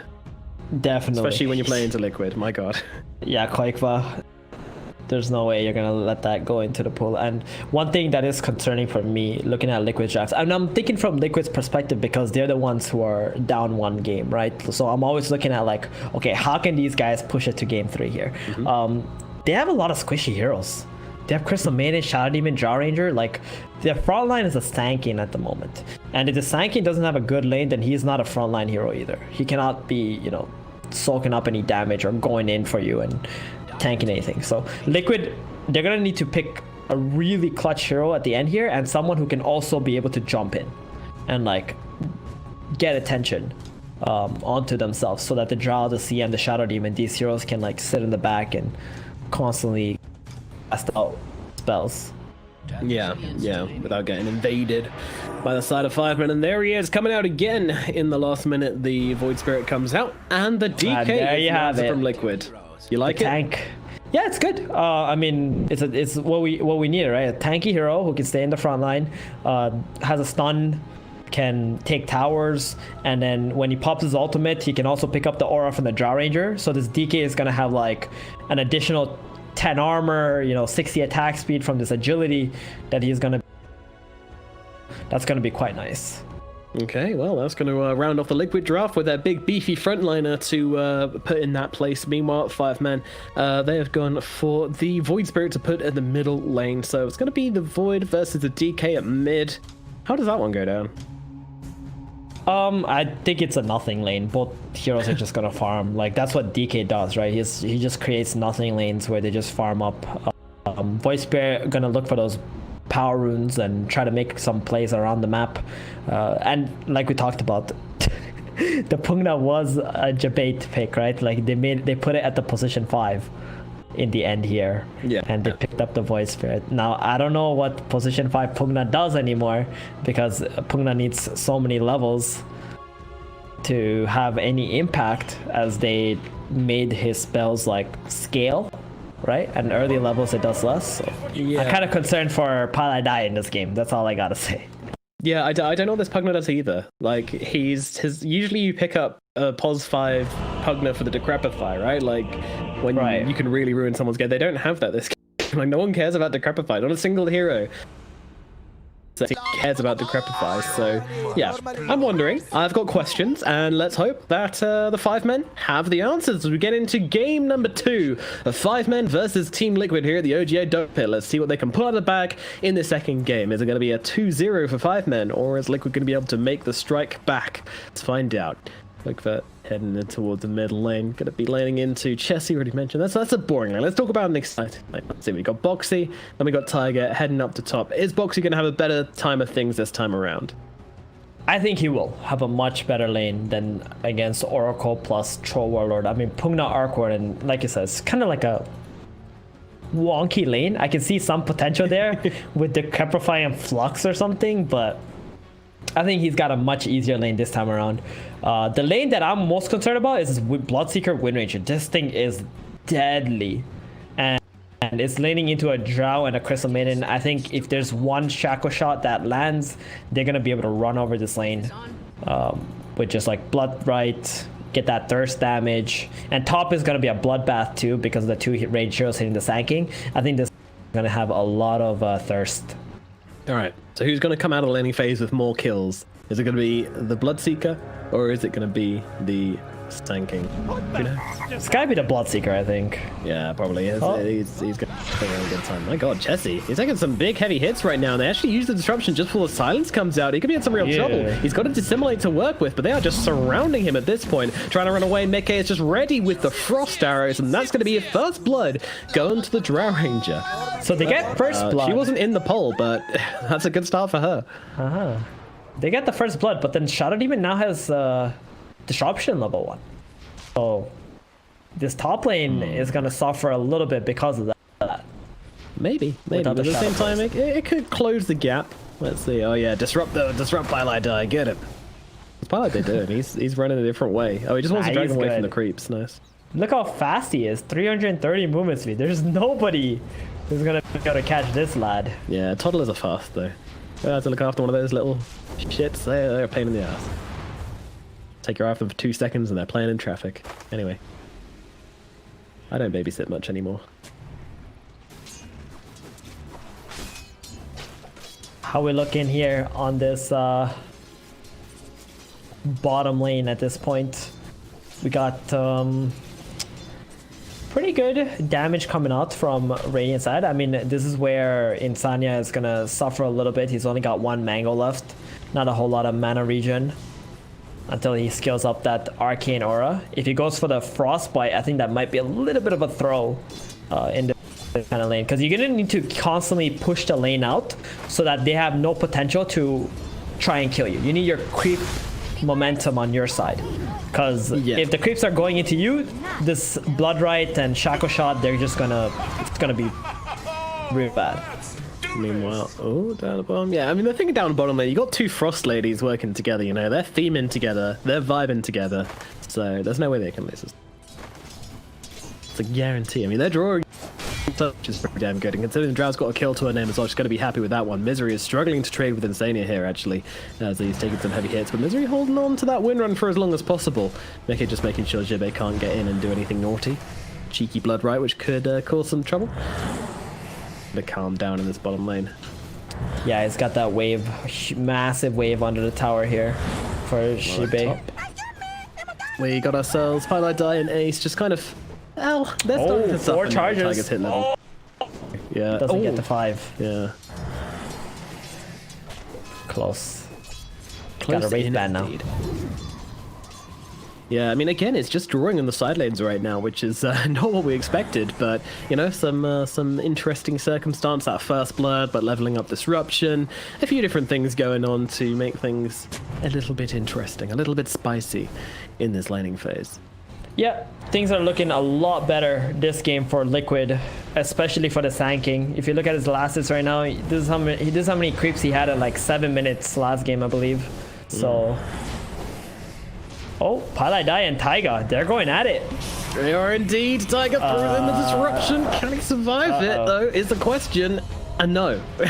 Tiger, Highlight Die will actually be the one to go down. Easy. Yeah. Okay, well. He did not expect that, Highlight Die. So freebie for Taiga here. He's going to be happy with it. And that's going to give Sand King a 1v1, where he's happy with that too, just getting all that free XP. Molly shot just scaring back Misery. Every single time I see a Drow, or I play a Drow, or I see someone else play a Drow, the Molly shot always just disgusts me every time. Insania could be in a bit of pickle. There comes the Bloodright, but the slow's coming down from Mickey, meaning they can't actually run down this Crystal Maiden right now, and actually Jibe is taking a decent amount of damage. Misery, he's hungry, he wants it, but Insania's got a wand and can turn it around, and with that Crystal Nova, scares back the Wind Ranger. So no blood in the bottom lane, just a lot and of a Fair Fire. There's a lot of baits possible from Liquid side with all the Fairy Fires that they like to buy. Level 1 here. Oh, Chessie gonna get a double damage rune once again. Have 4 minutes here. Feeling pretty good. Meanwhile, up at top, a little bit of spells being thrown here. Tiger could actually be in some trouble. The Decrepify comes in along with another blast, but he seems to have himself some infused raindrops there, which to help save him from a ton of damage from the Pugna. Meanwhile, Arc Warden, he could be the one in trouble right now, trying to turn it around to Boxy. Tiger comes over to give his buddy a hug to stop him taking damage from Flux, and now Disruption comes down. Tiger gets the kill. Nice plays from him. Boxy will still die, and Tiger could be in some trouble himself, but he's going to go for the TP out. There's nothing Pilado can do about that. He'll murder the creep instead, take out his frustrations on little creepy dude. But yeah, I mean, still good for the side of Liquid. They're going to be happy they kill off that Orc Warden, even if it does cost them the Sand King. Oh yeah, that was huge. Like getting a kill on the carry, like in this current patch, if you ever kill your opponent carry, it just is a huge win, especially if just like a 1-for-1 trades. It's just so hard to be able to win with your off lane. Bottom, Mr. Shibe, he's just gonna dodge that multi-shot. I think Mickey, that's a level 2 blood right here. Yeah, it's gonna be a bit of damage, but Jibe is pretty fragile right now, and Misery now taking damage from the both of them in the trees. He's got that win run once again, just trying to bait it out as long as possible. They're looking for Mickey instead here, but with that Fairy Fire, still plenty tanky, but Jibe gets off the blood right, but no, Mickey runs to the side, turns around with a couple of right clicks, will bring down the Bloodseeker. Meanwhile, Misery's on the run as well, and Sadia will be able to finish off, but no, the multi-shots come in from the Drow, and that is gonna be 2 kills for Liquid down in the bottom lane. That is a win and a half for them. Yeah, they had a wand, they had a Fairy Fire on the Drow, completely baiting out Shibe there on his Bloodseeker. I just feel like Liquid are all playing 5-man really hard in this laning stage. Starting from... Right, even starting from the like level 1 where they just started pushing bottom out, making sure Fireman just didn't have an opportunity with his Wind Ranger and Bloodseeker to run down this Drow in CM, just using that creep equilibrium to their advantage. And in top lane too, same thing with Taiga, constantly using the disruption as a bait. It's really, really, really well played on the side of Liquid at the moment on the side lanes. Yeah, they're playing some next level Dota right now as they constantly just try and, you know, mess with their opponents. That's what it's all about in the laning phase. Fairy Fires are a good item, as is Fused Raindrops, as we saw earlier from the Shadow Demon. They're doing him a ton of work. You know, Boxy continues to just kind of sit in the sandstorm, but they're throwing spells. Nothing too serious. Boxy is not a happy crab, though. So the Dragon Knight, his second ultimate is about to come off. This mid tower is going to have a lot of pressure put on it. Chessie, the reason why he's not able to rotate is because there's a Dragon Knight middle. If you rotate against a Dragon Knight, you're just going to take your mid tower, and whatever rotation you make generally is not going to be as good as you losing your mid tower. So No, most certainly not. So we're gonna see if we Firemen are actually gonna rotate to the Void Spirit instead and try to kill out the Dragon Knight when he pops his Elder Dragon form, which is most of the time the correct play against DK. Just kill him when he pops the ulti. Simple. Kill the dragon. Meanwhile, there's a Sun King wrapping around on Pylite Die right now. He might be in some real trouble. He has thrown down his Nether Ward. It's not going to stop Boxy though as they get off the damage. Pylite Die is going to lose his life. Meanwhile, Chessie trying to play around, goes in with the double Astral.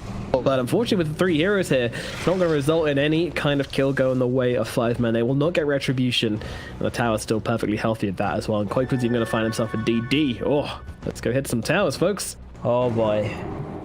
5 men did try to make the rotation, but it got countered by Boxy here. I did not expect the Sand King to casually walk towards the mid lane and make that play either. Yeah, he's just hanging out, and this is a big rotation from Liquid. They want this tower. Oh, yeah. Highlight Die doing his best to defend it. Chessie just got to jump in. They're trying to bring down the DK. Can they do it? Jibby joins in as well. The Blood Right connects the damage. Is it enough? They need a bit more, and they will get it. Jibby gets off the right click. Meanwhile, Chessie just kind of slowly walking at the Drow's face. She doesn't care, though. Throwing that back across all of Frost arrows. But again, it looks like the tower has been defended for now. The DK, though, whilst he was alive, did do so much damage to that tier 1 tower, though, inside that dragon form with the DD. Oh, you gotta defend that tower, right? You gotta bring as many heroes as you possibly can to get rid of that Dragon Knight. If you lose that tower this early, your map is looking real grim, and this Arc Warden's ancient farming potential is gonna be very difficult. So, very good rotation from 5 men, understanding exactly how many heroes they need to be able to bring that Dragon Knight down. Meanwhile, Ace, he's got himself his Midas, splitting up into 2, pulling Boxy a bit more, who's, you know, he's about 400 gold behind Ace at this point. Not an absolute disaster of a lane, but not what he was looking for, but still, that kill in the middle lane onto Pugna was pretty good. You know, I have a deep-rooted hate for Arc Warden. I just think this hero is absolutely ridiculous, especially in the right hands. You know, players like Miracle and such, these guys just absolutely... It just feels impossible to play against at some point if they get to that point in the game. So early game, you have to really shut this hero down.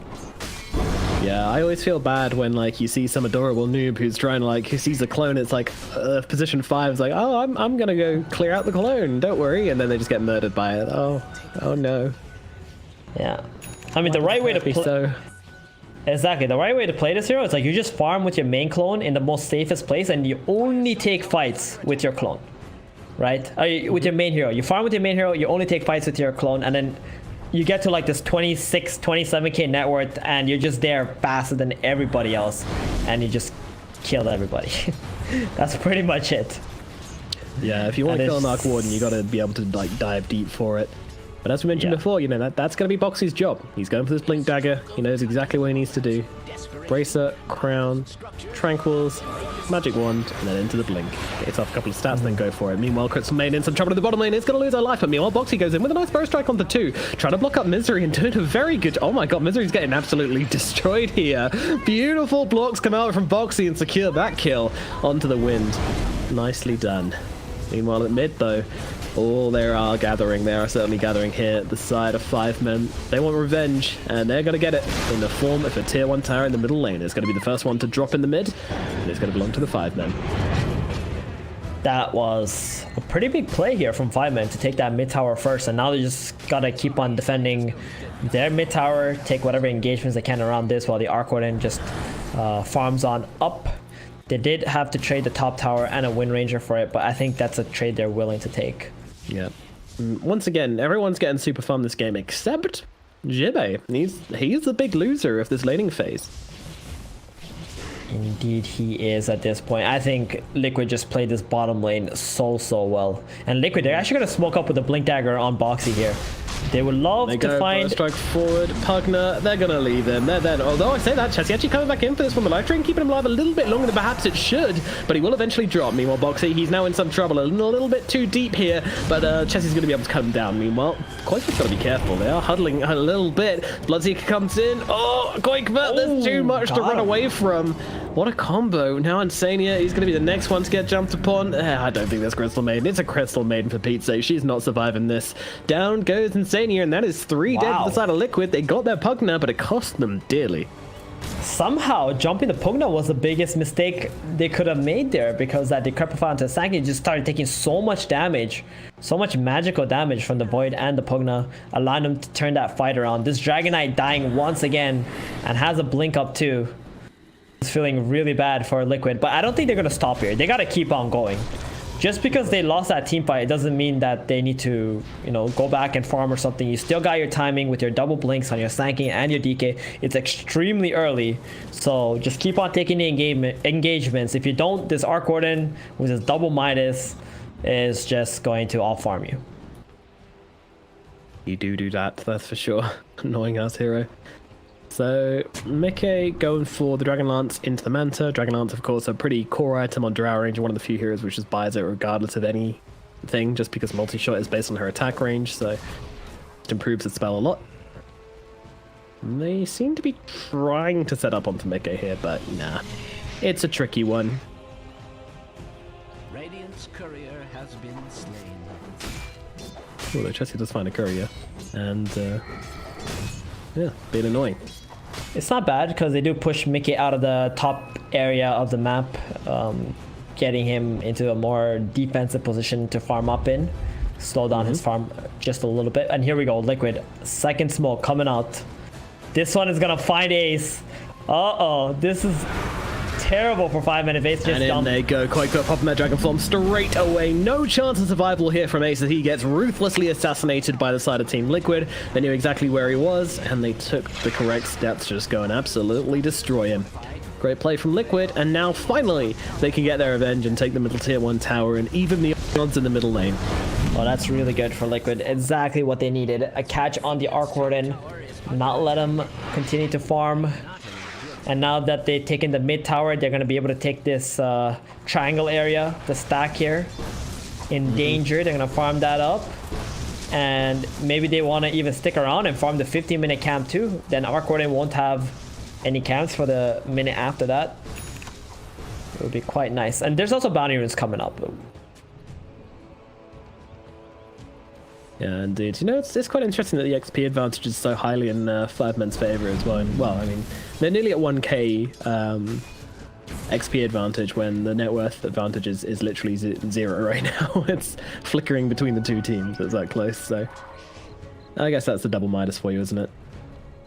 Exactly. Chessie going for that same build again, that brown boots into the Aghanims. Quite interesting. Not opting for any Yules or phase boots or anything like that first. Just wants that double silence, that team fight potential ASAP. I think it's an answer to the Sand King, because if you go on a hero, and obviously you're going to pop the Resonant Pulse when you jump on him for the silence, and then you also happen to catch the Sand King, you know, his range just isn't that good, so it makes it kind of difficult, I think. I'm not sure. Yeah, I think it's kind nice. of theory crafting. No, it's definitely nice. It's good against Crystal Maiden and Shadow Demon too, right? You want to be able to disable up all those heroes. Silence them up. Paladai here bottom, I think he's going to be the victim of this gank. I think this is what he was planning for anyway. He wants to be the one getting jumped. And this is the third smoke from Liquid here. So I don't think this is a good play for Liquid. I think they're very sad with this play. Very sad. Yeah, I mean, it took all the core heroes all those journeys, smoke down to bottom lane, and all they get is a little green man. Right, it was their last smoke. And if they actually went into the triangle one more time, they might have found Ace again. And that would have been the big time play in this game. So Paladin making some big plays, baiting himself, and getting a smoke. Well, down goes the bottom tier 1 tower. They at least get that. One of the less worthwhile towers in the game, but at least it's going to open up a little bit more access points to this dire jungle. Meanwhile, Chessie, under the cover of invisibility, he's saying hello to his little friend Koikver and shows off his lovely new Aghanim Scepter. He's just going to go straight off for the TP out. Will he be able to make it? He will. What? Ooh, wait, what? Where was the shackle? Wait, where was Misery's shackle there? Was it on cooldown? It's out of rare. I don't know. Okay, that was weird. Maybe he just believed in the power of Void Spirit to get off the Remnant in time. It's like, I'm gonna save it. Right. Well, that's sad because that could have been a very big kill. Every time you kill this position 1 or 2 heroes in the game, it's no greater feeling for your team. Alright, so what's the balance in the game right now? Because it feels like Liquid are ahead, but there's a problem looming in the Arc Warden. Right, so this is where 5 men get stronger. They're gonna get that Boots of Travels complete on the Arc Warden, and he's got that Maelstrom, and that's when this clone is essentially gonna be killing like 2 creep waves every wave, and the clone becomes essentially unmanageable by Liquid's heroes. So Liquid, they need to make some kind of play right now to control top and mid area, then take a Roshan. That's what they gotta do. They can't constantly deal with the clone after this point. So if they can get that Rosh, they can take out the tier 2 towers and just play off that. Maybe 5 men, they make a mistake defending something that they shouldn't, they die, then maybe Liquid can use that advantage to like break the high ground. Sounds like a plan. But so obviously the Arc Warden's going to keep the lanes pushed out all the time with this clone. And then how does that create an advantage for 5 men?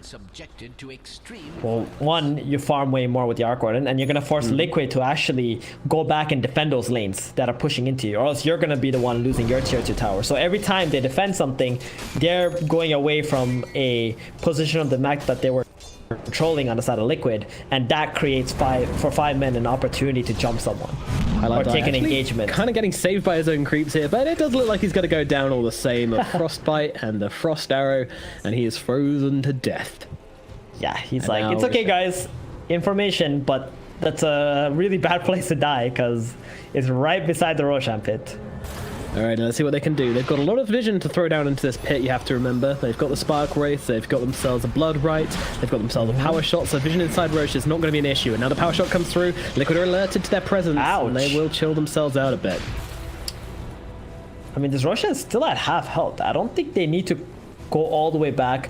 5 men are also wasting a lot of time playing around this area. Liquid, are they looking to get cheeky with this?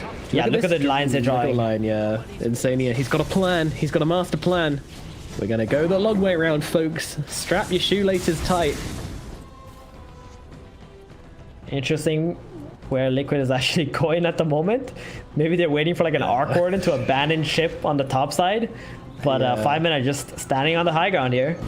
Misery is they're going the right way around. Koifu's going to pop the Dragon Form, find themselves a target. That's going to be Misery jumping on immediately as they try to get down, but they're actually struggling to this one. Meanwhile, the Silence comes through basically onto like 5 heroes from Chessie, completely disrupting the engagement. But now in comes Boxy with a huge, oh my goodness. He's doing so much damage with that ultimate. He's taken down one, trying to look for Jimmy as well. Jimmy just getting himself to the back lines. They're looking for the Chessie on the sidelines. He will die. 2 heroes dead on the side of 5 men, and the Bloodseeker nearly following them, narrowly surviving with his life. A fight which was just chaotic, and it was so close to going either way, but it was Liquid that had the damage in the end, and Boxy really making the plays there with that absolute... Oh, Shive, no. What just happened? What was he? I guess he was going for the thirst, for the blood right, trying to get some vision in the pit. Jesus. Dude, Boxy absolutely massacred that last team fight. What? He got him! Oh my god. god! What is going on? Quakeman dies in the backlines. There's Pugner who's just messing around. Nearly kills off Mickey as well. Jesus Christ. This is getting messy. This is beyond messy. This has gotten messy. We are down in the dirt throwing mud at each other. They actually want to fight. Finally, Roche will go down. They'll fix that Aegis, but there's a lot of heroes low right now. They see them because of... Well, no, they don't see them because of Bloodseeker. That's a problem. He is dead now. But, Pylai die. That was pretty epic, killing off that Dragonite. Yeah. But then why did he buy back? No, you were doing so well. So if he dies again now, he's going to be dead for a really long time. And that could be Liquid's path into the high ground, right? This is where you really want to hold all your buybacks, because if somebody does get caught out and Liquid take an engagement onto your high ground, you want to be able to use those buybacks and come back into the game. Or like at least stop them from pushing the high ground. Because nobody is going to push into 5 heroes. That's just not going to happen. So now that Paladai did buyback, I think that's giving Liquid some kind of a win condition or a way to be able to break the high ground of 5 men. Great. But I gotta say, man, that last fight, Boxy just freaking beast moded. Got that epicenter, went into the back lines, found the arc ward and killed them pretty much on his own, and zoned out the rest of 5 men's heroes because they were trying to run into the fight and help the Void Spirit, right? Who silenced up 4 heroes in the engagement. Yeah, I mean, Chessie made the sick initiation of jumping in, getting the 5-man silence. You know, that was basically 5-man's the last hope of winning that fight, right? If he didn't do that, then they would have been in some serious trouble. But a pretty amazing jump in from Chessie. But then Boxy's like, no, hold my beer. This is how you initiate stun. Jumps in, gets so many heroes with that epicenter, completely ruins them, gets a couple with the Burrow Strike as well, and just drops them so low on the side of 5 men. And basically, I mean, I'm pretty sure he did 90% of the damage to Ace, if not more, just by getting him knocked down on the front. I think so. Yeah. And check out his build too. Magic damage. This game, he did go for the standard Sankian build with the Veil and the Blink Dagger, and now has a Yules as well to keep himself alive longer in the fights. Some mana regen, I really like it. Very high impact Sanking this game. Yeah, he's doing Oh no, Pi! Not you! Oh god. Well, whenever you're casting a game with Pylai Die in it, you always get one, but we'll use it now. Pylai Die, he is Pylai dead, and that's how one used up for the series. It's like always want to fly as well. You're allowed to say always want to die once in the series as a caster, and that's it. If you did more than that, you're being tacky. That's my rule. Alright, fair enough. But maybe it was a 5-head play though from Paladai. He wanted to die before Liquid had a chance to go to the high ground for the tier 3s. Like he wanted to die while the tier 2s are still alive, so his timer is not so long. 5 men, 5-head plays. I don't think you're right, but sure, why not? I'll accept it. Hey man, I'm just looking at the positive angle here. Silver lining. Paladai. Every cloud has one. Meanwhile, Boxy banked himself away from Misery. Doesn't want to get shackled up right there. Going for the TP, but Quakeman says, no, sir, you are not getting out. You are dead. And he most certainly is. Misery dies under his tower in shame and misery. And that's going to be Liquid probably looking towards this tier 2 tower in the bottom lane. Meanwhile, Jibe, he's given up on the world. He's hiding in the trees. He's Chessie right now. Meanwhile, this is a big catch-up here. Chessie doesn't have his BKB yet, so he could be in some trouble though. In comes the clone to try and help him out. Is it going to do enough? I don't think so, Theban. I think Chessie is dead, and I'm right. Yeah. And he did have to pop the BKB on Quakevo, but I mean, come on, that's a position 2 that you got to kill on. Definitely worth it. But we can see how much damage this clone is already doing right now. Oh no, middle. Ace, what you doing there, buddy? Oh. What you doing there? Oh no. Oh, mistakes have been made. 5 men, well, they're down to 3 men now. They are down to 3 men. Oh no.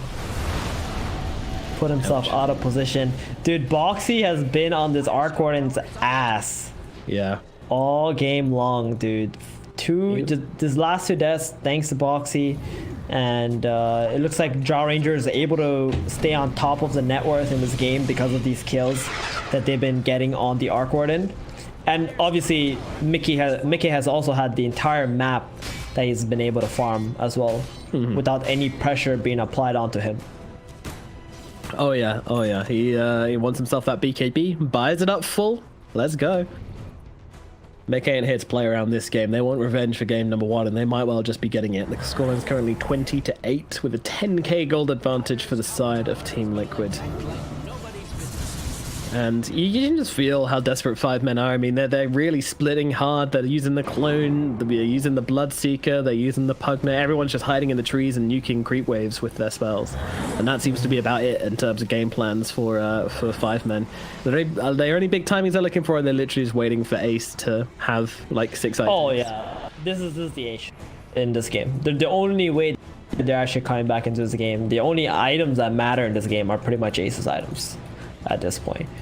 He's just gonna have to keep on split pushing, get big, make this Mjolnir, Arc Warden, Tempest double damage. Oh no, they found him. They found him. His little hiding spot in the trees gets torn on down along with the clone as well. That's going to be 2 quick kills for the side of... oh, sorry, a kill and a clone, but that clone is worth a lot of gold, so... Yeah, it's worth a lot of gold.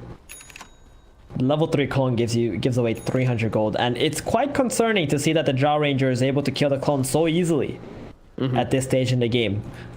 That's what, you know, snowballing this hard on Liquid will do to you, I guess. Well, they're gathering up down at bottom here. They're looking to see if anyone wants to come forward. Maybe Tiger. Is he tempted by the Shadow Poison? Oh, never mind. Chessie finds them all the same. The silence is down. Bloodright's going to follow as well. And that's going to be a kill for them now. So they're really battling hard for this kind of elbow in the map right now. And, you know, 5 men, they strike back. They get themselves control of this area and just continue to shove their faces down this lane. Just trying to stay in the game. Yep. Constantly pushing lanes out. I gotta give credit to Liquid though. They've done a really good job at shutting down this Bloodseeker in this game. Not a lot of teams have been able to do that. And the way that... Oh, goodbye, Shibe. Goodbye, Shibe. You've lasted well, my friend. He does have himself a Bloodright, but unfortunately... the silence comes in just in time. No, yes, come on, man. It's not happening. It is not happening. Yeah, they have Eos. Yeah, I got it. Bye-bye, Jibe. Bye. It was nice knowing you. It's a really weird game, isn't it? Like, it's just kind of deaths randomly happening across the map, it feels like, because of 5 men's just reluctance to actually turn up to a fight. Now Chessie fighting with Mickey. They're getting a little bit close and comfortable here, but it doesn't make a difference. Insania comes in and says, thank you very much for securing me that kill. I'll take that. Radiant's top tower is under attack. Position 2 and 3 dying just like that. Feels bad, man. Yeah. Misery's job to be in the trees of death down here in the bottom lane. It's so scary. He's actually got himself an MKB somehow. I don't know where he's pulled that out from. He's had that for like, I want to say 8 minutes now already. What? But yeah, exactly. But he hasn't been able to like utilize it. There's too many disables on the side of Liquid. And his team is just so far behind that nobody can go in for him. Oh god, Arc Warden games, man. Watching this team just batter into the high ground here, it's like, alright, fortified, magnetic field, oh, another fortified, another magnetic, okay. Great stuff. Alright, well, whatever. Let's go do something else. Yep. That was boring. I guess we'll wait for Roche or something, I don't know. Exactly, they need that Roshan. They need the Roche so they can like hard engage into the enemy base or like get some kills first and then hard engage into the enemy base. They don't want to take any risk at this stage. No, because the moment you take a risk into Arc Warden, he just feels great. He's going to already push down a tier 2, maybe even a tier 3, and it's going to make the game so much harder for you to actually get up that high ground. You have to make sure against Arc Warden that when you're committing into him, you are as strong as you can be, right? Because if you lose one engagement, then if it was already hard for you to break the high ground, it's going to amplify like, you know, 2-fold, 3-fold. Whatever, because that's just how the hero works. It's going for a MKB next after the BKB. I like this BKB pickup though. They have so many stuns on Liquid. They just want to be able to jump him into the backline. So the BKB will save him from those jumps. Yep, he's an optimistic player, but he knows that this Sand King has all the reach in the world, and it's very unrealistic, along with the DK, to expect that he's not going to get spells cast on him in the fight. So just goes with that. Meanwhile, Roshan will fall. Check out the Shadow Demon. He's got an Aghanims now. I really like this item, especially against Bloodseeker. Yeah. Breaks his thirst. So he's moving like a snail instead of a Ferrari. So that's quite nice. Yeah, it's a great game for the Axe. Also, Misery, he's going to be absolutely miserable if you can cast that ultimate on him. 3 charges. Oh, good one. Nice. I like that. Very creative, I'm sure. Again, I'd love to see a heat map of this game and just see how hot this bottom area, like the bottom right-hand trees are. I swear they spent more time in there than they have in a lot of their lanes. Hiding in the trees, waiting, hitting creep waves, and then TPing away. 'Tis a miserable existence. They've even put down this observer. I mean, this observer has been doing hella work, I think. TP's away as Tiger maybe finds it. Oh, Boxy! Oh, it blinked out, Misery. Don't worry, buddy. Nobody saw it. We weren't watching. Definitely not a epicenter onto nothing. It's fine. Crystal Maiden. Oh, Insania also has a BKB in this game too. Well, actually, they're back bottom. I think there's going to be a lot of deaths here. So who's surprised? The cores are going to actually meet each other here as Mickey tries to go for the silence. Actually misses here as he takes down onto the Bloodseeker. Meanwhile, Windranger, she's going to get brought down by Insania in the front lines here. Sun King, meanwhile, thrown up into the air, but it looks like they're jumping on. Now, finally, Mickey arrives from the back line and murders Chessie. Pilot Die tries to go for the TP wave. Not going to happen, though. And that's going to be 3 dead on the side of 5 men. Oh, dear. They did not think they had everyone there, did they? not only that, you don't have the clone. The clone was top. I'm sure Ace communicated that he TP'd at top lane. I don't think 5 can do any damage actually without this Arc Ward in the engagement. So a little bit of a mistake there to even take any kind of team fight bottom. I think they should have just saved the Void Spirit and cut their losses. Moved on with life, yeah. Oh boy, here comes the high ground play. Oh, doesn't get Ace. Just about saving him. He was a BKB for this. Well, I mean, when the Dragon Knight exists, you have no other choice. But now Ace is just sitting there, looking a bit silly with that BKB on himself. And now they'll pop the Rupture onto himself. Sanya! Jibe gets to see them. Oh no, they're going to the back lines. Look at the damage coming down. Oh my god. They rinse them. Insania with the BKB Blink Dagger. CM is fed up at this game, fed up this high ground defense, and just beeps up onto the side of 5 men and takes them the hell down. Now Boxy going in deep. The clone trying to stay alive, but Jibe might not be so lucky. The save comes in from Pilot, but it's not enough. The flames catch him. Jibe falls. The barracks are being taken. Repair kit doing what it can, but unfortunately what it can is not enough. And looks like it will be falling. Bottom goes down. They've got their sights on middle surely as well. Oh my goodness. What a play there from Insania. As soon as he saw the BKB run out, he just blinked in with his BKB, frostbit the Arc Order and dropped the ulti, and it seems like, oh, hey, I guess we're going in then. And then boom, Arc Warden's dead, now bot out. And Ace at this point, he feels like he cannot do anything to be able to defend his buildings. He's just gonna get jumped instantly again, just waiting for this Bloodseeker to be closer to be resin. Jersey playing around, Bloodseeker buyback as well, as this is getting very, very low here on the Sand King. He's actually been able to get the blink out. Nice save come from Tiger actually. Meanwhile, they'll take down Drow's Aegis at the very least. It's gonna be a full 5-on-5 fight when the Drow is back. Clone trying to take to the front here. The BKB pop from Mickey turning around with the multi-shot as well. Look at the damage coming down here. They're looking over towards the Void Spirit, but he's not really taking enough damage. Maybe he will. Popping BKB though, looking to turn it around. The heals are coming in from Pylite Die, doing work, but they managed to catch out Ace on the backlines. He goes down Insania again with the ultimate. Let it go, 5 men. Let it go, because you have lost game number 2 on the backs of this Crystal Maiden BKB. I love it. Insania was so sick of his team not being able to go high ground. He just says, fine, I'll do it myself. Buys a BKB, buys a Blink Dagger, goes in and gets it done. Team Liquid, they take game number 2, drawing this series out to a 1-1. Maybe not quite as exciting as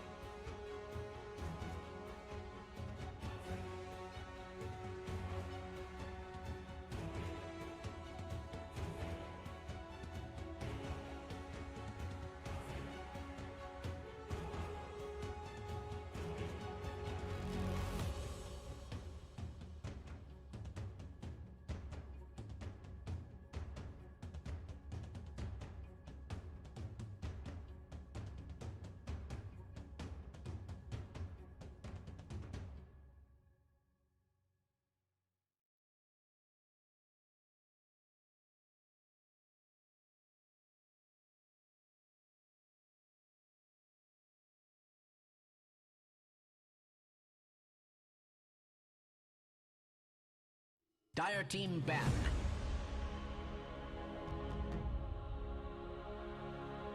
Hey, Theban, who do you think? You know what? After watching the laning stage of last game, I'm gonna have to go with Liquid here. I think 5men, if they don't outdraft Liquid completely, Liquid is just the better team. Seconds remaining. Yeah, it's the easy option, but that's the right option, I think. I think 5men need to pull something out of the bag here, follow that magic we had in game number 1, and bring it in for game number 3, because they just got a little bit crushed last game. So hopefully we can see some of that earlier life and see what they can pull out in this final one.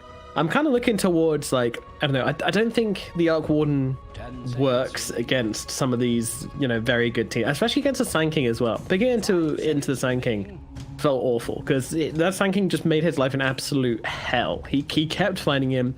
He had the Blink Dagger, he had the Bow Strike, and even solo killed him pretty much once or twice, or, you know, with the help of maybe like a Crystal Maiden or something. It was pretty dire. Now we're gonna get into this third draft, and we have the Phoenix being picked up by Liquid to start things off, so they're gonna get a chance to play it this time around. 5 men immediately gonna take the Mars to break their combo. Do we see a Sand King here, Nomad? Oh, I think it's pretty likely, sir. Maybe Sand Is King. the answer Sand King? They might be thinking of like some different Phoenix defender, sorry, but I'm Axe. pretty sure that Axe could be the option. So offlane disablers who can frontline for 500, Nomad. I'm gonna have to go with Sand King here. Yeah, Sand King does feel like the more on-meta choice of action. But hey, maybe they after game number 1 didn't quite go their plan. They want to try something a little bit different. Yeah, maybe. But this time around, they have the Phoenix on their side, so I don't think he has a lot of pressure put on him to do so much. And there's such a big difference between the Axe Sand King and then the Blink Veil Sand King, who had a pretty decent lane, right? And they go with Void Spirit instead, first phase. Interesting. I think this is because they know that they can't get the counter pick on the mid anyway, so they're kind of like preemptively picking that mid laner now. So that way they have more room to just counter the side lanes later on in the draft. And 5 men go instant, and that's 2 cores in the first phase for 5 men. Yeah. Wow. Okay. I don't know about this, because now they have to ban a lot of heroes. They got to ban like Slaughter, top 1 hero they got to ban against. Seconds remaining. Liquid here. It's going to be like a Slaughter. Maybe they have to ban like a Magnus as well, because Liquid can play like some kind of a Mag PA lineup or something that can deal with anti-mage quite well. Radiant team. It's a bit concerning, I must say. And Liquid banning out like anything that can push out lanes or make space, right? Puck is a perfect hero. They might ban out Lina as well here. I think 5 men, Misery, he loves playing this Lina against Phoenix, and also likes to pair it up with the Mars and can push lanes out. So they might want to consider banning that out too. It could also be like the mid laner for 5 men as well. Yeah. Dire team. So do you think you just flat up can't pick a Sand King now that you've got anti-mage? Is the lane just too rough? No, it's so bad. Like, you're literally asking to lose, you know, 1 lane guaranteed if you pick up a Sand King here. What I would love to see is like an Axe or something if Slaughter gets bad. I think Slaughter is the best hero though out of everything to lane against anti-mage, and I think it's quite good with Phoenix as well. And Liquid banning out the Ench, because Ench plus AM is such a deadly lane. I mean, Ench just pretty much carries a lane for any carry.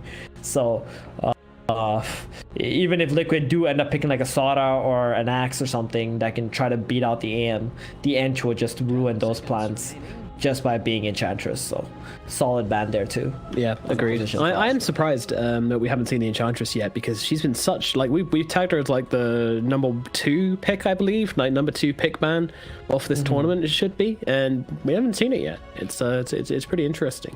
The Phoenix has been much, you know, that was our number 1, and to no surprise has been seen every game so far as a pick ban. Right, exactly. Bloodseeker Tiny also up there.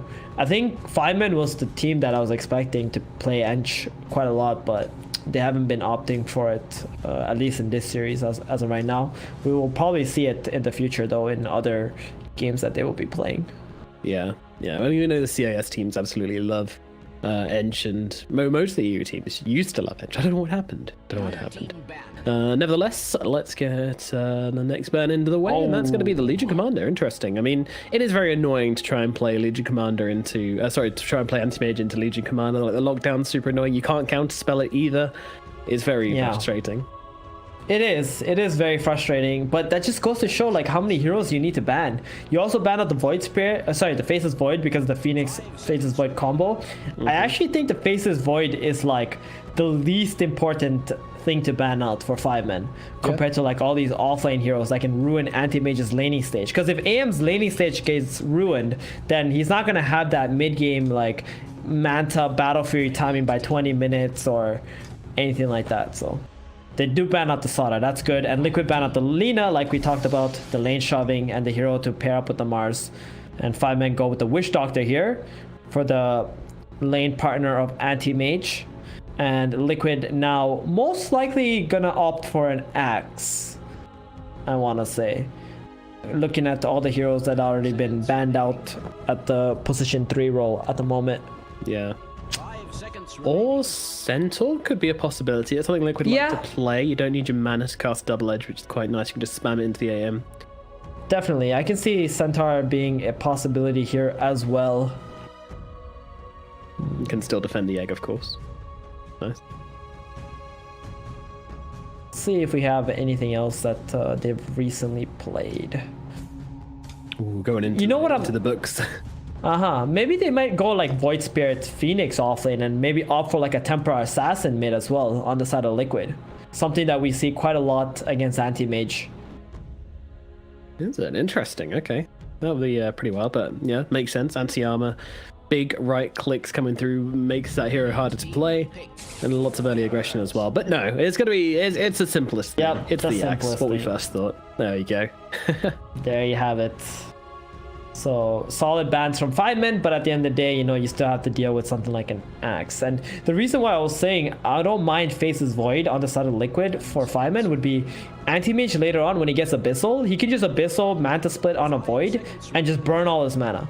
It's like a really hard matchup actually for Void against Anti-Mage. Now it can go both ways, but I think that's a lot easier to deal with than like, for example, this Axe Phoenix combo right now that can like constantly run at you, constantly have a threat on you in the game, and you're not going to be able to, if you blink at Abyssal Axe, you're still not going to be able to kill him, you know, he's too tanky. It gives you that hard initiation looking for as well. With the Void Spirit, you've just got so much control. The egg is going to be really hard to take down. So many nice things. Of course, some cancel for that pesky Witch Doctor, but yeah, it does seem like the Witch Doctor was kind of like this tanky offlaners. They're all tanky, but Maldic can be pretty annoying for the Axe as well, so they've got some kind of harass. But now they bring out the Skyra for the side of 5-men. Interesting. And there's your TA. Wow, they're all coming up Theban right now. We got both. Yep. So that means this Void is going to be at the 4 and the Phoenix is going to be at the 5 in this game. Yep. And they still go with that Temporal Assassin. I like it. This Skyrat, I don't like it. I think this hero, I mean, I know Yapsor plays it and he's been happy with it, but I don't know, man. 5-men just keep picking these like lackluster support heroes. And Liquid, they still get to counter this Skyrat Mars lane. They can pick some kind of a strong or that won't mind dealing with this. Maybe even like a Life Stealer or something. Because right now Liquid already have their win condition, right? It's TA and Axe. Yeah. Like these two together are going to be able to deal with the Anti-Mage, and it's the onus is on 5-men to try and stop this TA somehow from snowballing out of control. And it's not an easy hero to beat in the mid lane whatsoever. No. So, and there you have it, Batrider banned out. Perfect, right? The hero that can go mid, beat TA, but also be able to destroy her refractions quite easily. So that's gone. Other heroes, there's not a whole lot I can think of. Like there's like Razor, which is not even that good of a hero right now. Yeah, Ember doesn't even do that well. You know, he destroys her refraction charges, but it's not nice. Oh, Viper, obviously. But that's not even a good lane, right? Like Viper can't even beat the TA, I want to say, in the lane, and the TA can just go jungle then burst the Viper later anyway. But it's still a good ban. Like there isn't a whole lot of heroes who can at least have some threat on the TA. If this was Alliance, I'd fully expect a Jakiro picked out right here for Limp, you know? For 5N, yeah, for sure. They would definitely do that. Against TA. Well, like, but maybe, who knows? Maybe Chessie plays Jakiro too. They are brothers, you know? They're like talking like, hey, you know, what do you beat TA with in the mid lane? Just Jakiro's DM him cool. quickly. Give him a quick text. I hope it's not a Jakiro. Jeez. That never seems to go well for Alliance either, does it? Like, I swear I haven't seen them win with Jakiro, so I don't know. I respect them for trying, though, that's for sure. Yeah. So, quite interested in this carry, and 5-men need to be... They're going to ban Troll, okay. That's also would have been a really good hero for Liquid here. I do think Lifestealer is nice, because you have the sustain battling up against the Skyrat. It's going to be Lifestealer or Jug, right? Neither of them have been banned, no, so... Yeah, Lifestealer or Jug, I think, is the most likely situation here. Especially when you're playing Jug. Skyrath and Mars, so it's gotta be considered. I mean, I like Jug less because of the Phoenix Juggernaut combo just doesn't make a whole lot of sense in the laning stage, I think. And you probably will lose your lane. So I'm definitely hoping Liquid are going to pick something that's going to win their lane because, again, TAX is already your win condition here. Oh, okay. So it's going to be a Void at the position 1 and they're going to put the Wind Ranger at the position 4. So Void Spirit is going to be their carry in this game. Yeah, it's very interesting actually. In some ways it makes sense because right now what they did is they sacrificed the safe lane a little bit to give a stronger off lane to make this anti-mage's lane even more difficult. Right? So that's what's going on here. So AM's going to hate his life. Punish him for picking anti-mage. Make him suffer. Well, 5-men, final pickup. You're running out of reserve time. You got to come up with your answer now. What is it going to be? And they're going to go with the Underlord. Choose your hero, my good friend. Okay. Wait, who's middle? Underlord or it's Underlord middle? Wild. I love it. What are they doing? Yeah, I mean, you wanted the Jakiro, you get something just as crazy. Underlord is going to be in the middle lane versus the Templar Assassin. This is their idea on how to count. Unless, no. Yeah, it's gotta be. It's gotta be. Dude, this is crazy. Madmen. 5 insane men. 5 insane men. Yeah, you're right. I mean, I don't know if Chessie's even played this matchup before. I hope he has for his sake. But you know what you're doing, Chessie. I imagine there's 4 people asking him that question as well. I hope you know what you're doing, Chessie. Do you know what you're doing, okay. Sir? So they're gonna put Insania at the 5 and the Phoenix at the 4, and the Phoenix is gonna go off lane. And Mickey, like we expected, gonna be playing that carry here on the Void Spirit. Not something you normally see. I think we've seen Team Secret play this Void Spirit safe lane before, and they would send like Matuma Man middle with his carry hero, but not a very common thing to do with the Void Spirit. No, it is not. No, it is not. Okay, well, a very fruity draft to end this series on. Who would you give the advantage to? I mean, do you believe in this Underlord? Is I guess what I'm asking you. I have no faith in this Underlord. I'm sorry. Boo! Get out of here! Get out of here! I'm hashtag Team Underlord all the way. Let's go, Fly. Men, I'm always up for the wild and the crazy drafts, and I think this is gonna work. I honestly do. Let's get into it. Game number 3 in this best of 3 series. It is 5-men versus Team Liquid here at the OGA Dota PIT. Let's see how this one turns out because we don't. Well, you think you know, and I think I know, but really neither of us know. Yeah, neither of us know. I mean, this is Dota. That's the beauty of Dota. Anything can happen, right? As far as I know, this Underlord can absolutely smash TA, get 2 kills on her or something, and then just snowball out of control and just, you know, win the game for his team. Who knows? But realistically speaking, though, I don't expect that to happen. I think Liquid are just gonna smash it with this Templar Assassin. All right. We'll see what Koikua can pull out here, but you know, we're going on a bit of an adventure. The side of 5-men. If Liquid do lose though, it has to be because they pick like this Void Spear for their carry, right? Like I do have some concerns about their late game in this game. Yeah, they're very much on a timer. They need to play fast. They need to get this. I think Roche obviously is going to be the biggest factor when you're playing a TA lineup. You're always looking at Roshan. If they can't secure this first and second Roshan for this TA, then you could be in some trouble. They really need to just go blink, Desolator, get Roshan, or Blink Desolator, BKB, and get Roshan, and run around with their Aegis and just start to really smash down onto the side of 5 men. Or so I am told. It is a race against time. Ace. Can he have the dream anti-mage game as well? That's another question as well. Is this man going to be able to pull it out the bag in this third game? Because he needs to have a good game. He's made some pretty consistent performances in the past, Ace. I feel like throughout the qualifiers he was really consistent.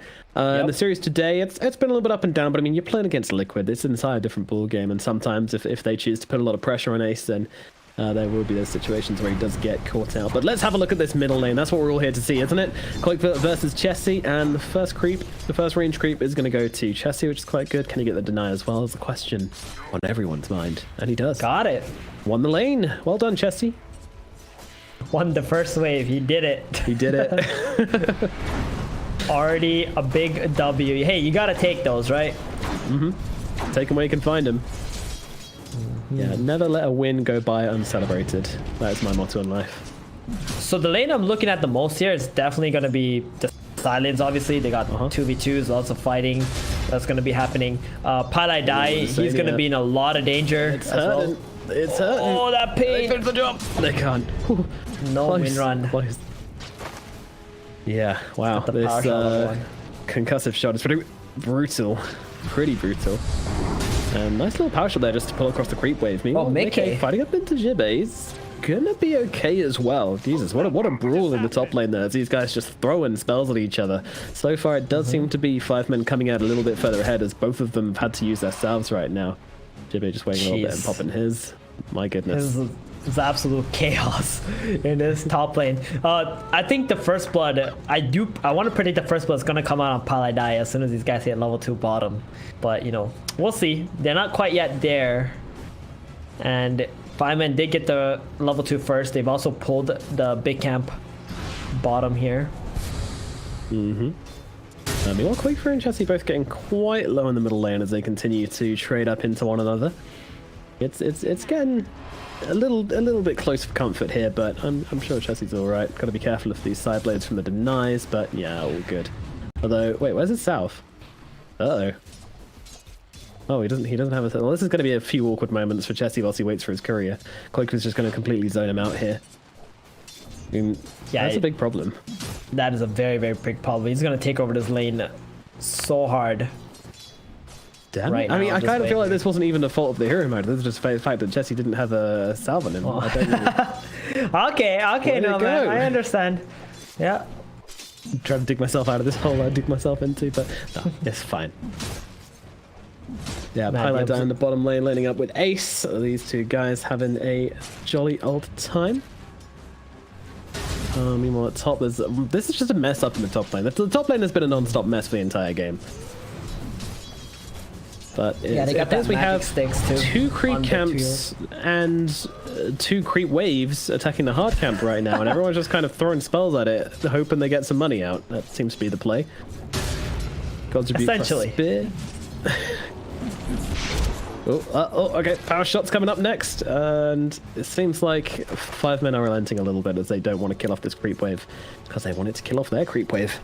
Yeah, I think Liquid have come out very ahead in this top lane here at this point. They got a lot of magic stick charges as well, and if there is any engagements that 5 men want to hard commit to, they're gonna lose against these magic wands in the top lane. So it's very nice for them. He has 25 last hits on Mickey now. That's the most from all the lanes, actually.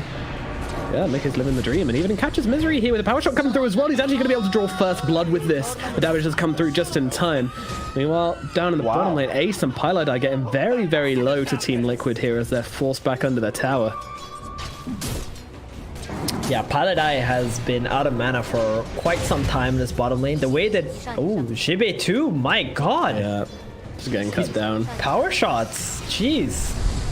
Yep, who needs help? And he can just hang around on the sidelines, throwing in power shots. That's all Mickey needs from him. Just give me a couple of nukes here and there. Oh, Misery. And, with this Aether Remnant, can he do this? What's He's the play? got another Arcane Bolt. Mickey's got the wand. Has he got anything else? Nothing else. Arcane Bolt, one comes through. He's going to have a concussive as well, and that's going to be enough to bring him down. Misery, nice job to chase him down. Just realizing that needed to happen. That really did. Paladai bottom. Oh no, Pi. Oh no. See you later, buddy. Looks like he went for the pull or went for the interrupt or something, but he did indeed meet his fate. I was gonna say, Paladai has been like channeling his inner EE in this series. You know, in the first game, he had some amazing players in that Oracle, and some not bad players, and also some not great players in the second game. You know, he's been seeing the heights of greatness, but also having some mistaken moments as well. Well, he is one of the pupils of EE after all. So. True. He's been forged in the flames of envy. Meanwhile, Mickey and Jibe kind of playing around, having a little bit of a tussle. There's no more trees left, which is a problem. The power shot has kind of taken down all these trees. I'm wondering if this was deliberate by Insane. Yeah, he has just been consuming as many trees as possible and trying to aim these power shots through them. It's really good because then the spears can't really, you know, mess you up either. Indubitably. Let's have a look back to our middle lane though, as we haven't really paid much attention to it. Quaker and Chessie having a bit of a to and fro, but Chessie has come out ahead. Yeah, I think he's got a lot of neutral creeps though, and he's bought a lot of regen too. We should check his net worth to give a better story as to what's actually happening in the mid lane. Yeah, he's about 100 behind right now, but oh, you know what? He's got a double damage rune. Might pull ahead in the next couple of minutes. Still gold on the horizon for Undying. The thing is, though, at the end of the day, it is still an Underlord versus a TA, right? Like, if you want to have a hero with how much they're going to have, like 3.5k net worth at 10 minutes, would you rather it be an Underlord or a TA? Even if they do draw even, that's still a big win for the TA, so. Yeah, definitely. And there's a lot of pressure actually starting to come out from the Liquid side now. The gold doesn't really tell that story, I want to say, but the power spikes of the heroes, that's where it's at the moment. Bottom, Misery making a play. TP out, does survive. Meanwhile, down in the bottom lane, as you say, Boxy's to be the one trying to build down right here with the Maledict. Do they have enough, though? Doesn't look like they have, because the Sunray comes through. Tiger is there. That's it. Don't worry, buddy. Fiery Pigeon is here to save the day. Boxy will survive, pop that salve, and get straight back to business in the bottom lane. Yeah, Misery making the read in this game that they can't actually do anything on the top lane, so might as well try to commit him into the tri-lane bottom instead. Maybe they can get a kill on this Axe, but that Phoenix being able to Sunray up the Axe just enough so the Melody doesn't kill him. And this is going to be a big problem for Shibe now, right?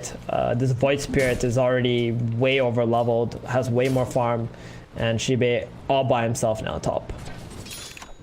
This Mars is not going to be having a fantastic game, that's for sure.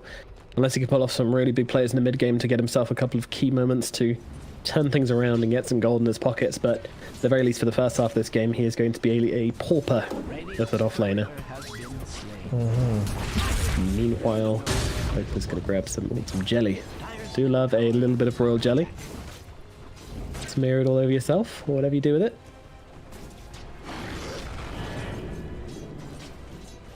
So, out of all these heroes, I mean, obviously the TA, she's going to be going for the Deso into Blink Dagger. We know that. Void Spirit, he's actually going straight in for the Orchid. Are they just going to chill until they get these big timings, or are we expecting them to be active before that point? They're going to definitely be way more active soon. I think there are going to be some rotations down to this bottom lane, especially at 10 minutes with the catapult, and just try to take this tower, because you want to kick this AM out of this lane as soon as you possibly can. If you let him stay in the lane and he farms the lane and the jungle creeps, he's gonna be overly farmed. So you gotta understand, you're still playing the AM game, right? It doesn't matter if you have Underlord, Mars, and whatever other heroes. You gotta pressure this AM, you gotta run into the jungle, you gotta constantly like fight 5 versus 4 while the AM is farming. Things like that. And that's what Liquid want to do in this game. And I want to say, I think that's the reason why they actually ended up having the Void Spirit as the position 1 this game, because they want to fight that 5 versus 4. They want to utilize the disadvantage AM provides for a team, where, you know, he just can't fight between like 10 to 20 minutes ish. Odd pause. Yeah, Liquid paused for like 2 seconds and then said go, and then 5 men were like, we're good, you know, someone probably just ran to the bathroom very quickly or something. nevertheless, we're back in into fighting condition. But yeah, I mean, a lot of people look at this anti-mage and they go, oh, it's Battle Fury timing, it's Battle Fury timing, it's everything. But really, I mean, it's what you do up until the point where he has Manta, which I feel is like the biggest timing on anti-mage. Because when he's got Manta, he can fight. Before that point, he's not much of a hero. And that's when your team can do stuff and things. Yeah. Even with Manta in this game, you're not going to be able to do a whole lot. I think you need like some kind of Manta Halberd or even an Abyssal Blade before you can actually be able to enter team fights in this game. There's like a big misconception where people think like Manta is like your big timing where you can fight. You can in a lot of situations, but there are some games Manta is just not enough.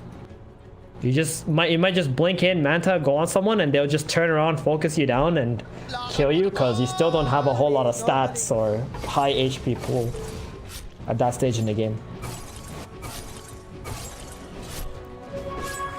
True enough, yeah. I mean, it's the ability to just blow up the backliner, which always feels really nice as the AM. But obviously, yeah, in terms of actually team fighting, it takes a little bit more than that. But exactly, and in this game, you really don't have that target, right? That you can just easily jump and burn down their mana void and like kill them with a mana void or something. Yeah, true enough. True enough. Nothing straightforward. Phoenix can just pop supernova easily enough. The wind isn't that easy to bring down. You're absolutely right.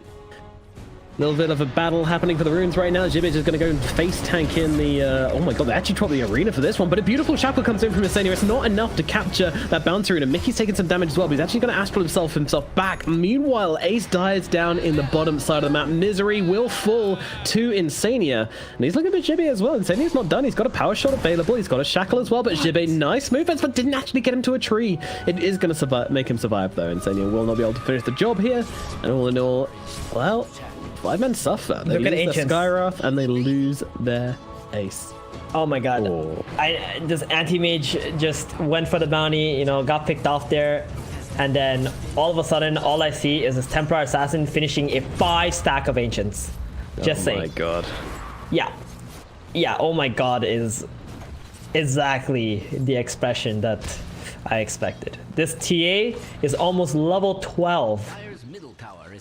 Game just took a 10 minutes in. I mean, this laning phase was going all right. Like it was fine. And now with those bounty runes, they've dropped from about just under 2k net worth advantage on the side of just under 2k, up to like just over 3k.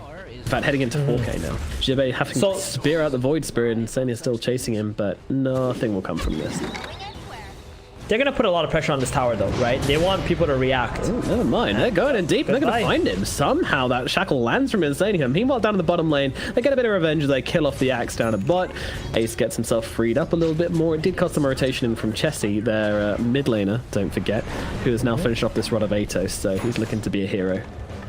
They're going to defend this with the Phoenix as well. The Wind Ranger tried to TP bottom. Got actually cancelled by the Atos. Nice.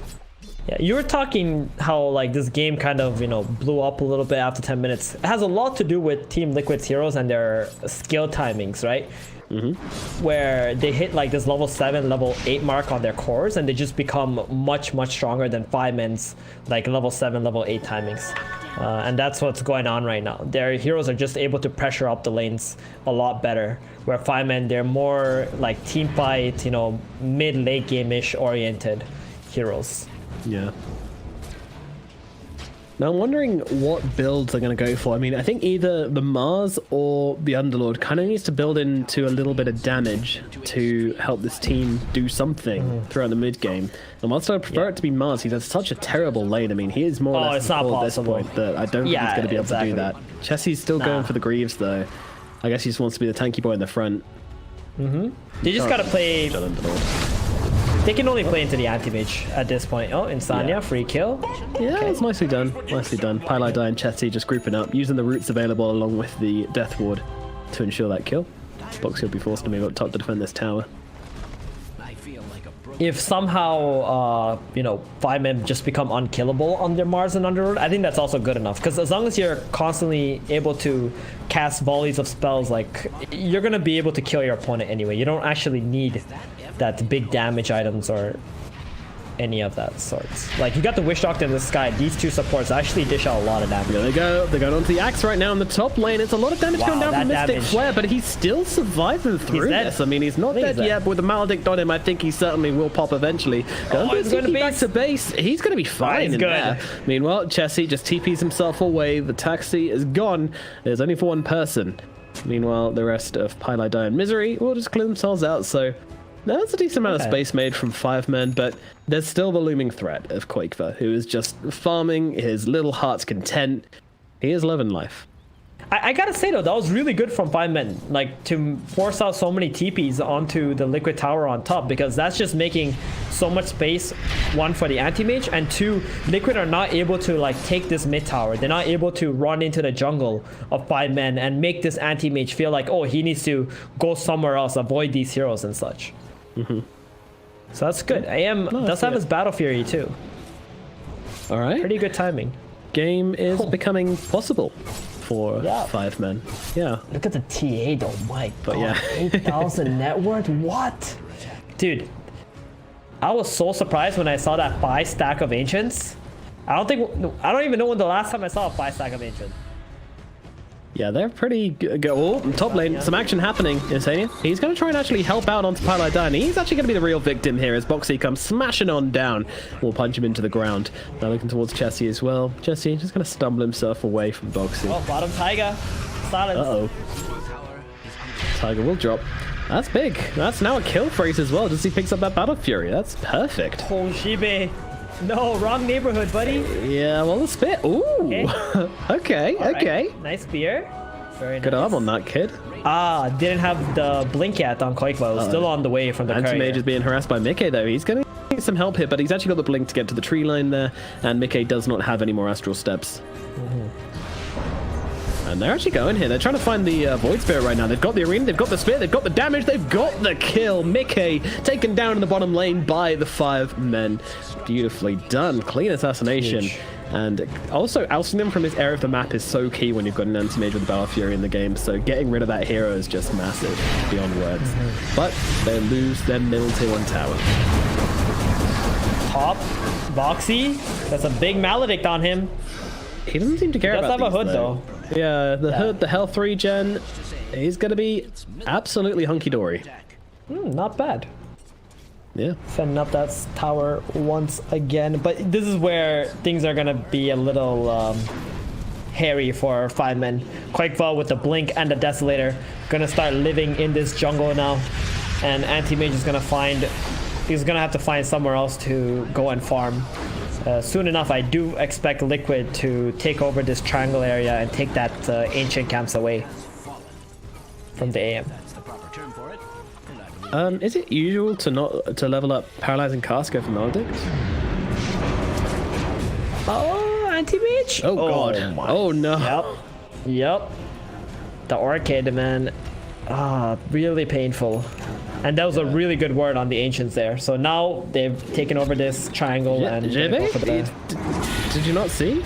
Was you not watching? Well, he's now gonna go the same way as his comrade, it looks like, although still has a little bit of help from raining up the sides, but the Racknick will be there from Insania. Meanwhile, no, it was bait all along. He wanders up the high ground, trying to get the kill upon Koipa, but it doesn't really seem to be working. Then Jesse, he thought he could get himself out of there, but isn't even given a second to get that taxi started, as it gets blown up on the pavement, and now Liquid straight into Roshan. This game just went from 0 to 100 real damn fast, and now Liquid look like they're going to be getting themselves away with a Roshan, an Aegis, in the hands of their Templar Assassin who's got that blink there, so yeah, this is a good timing.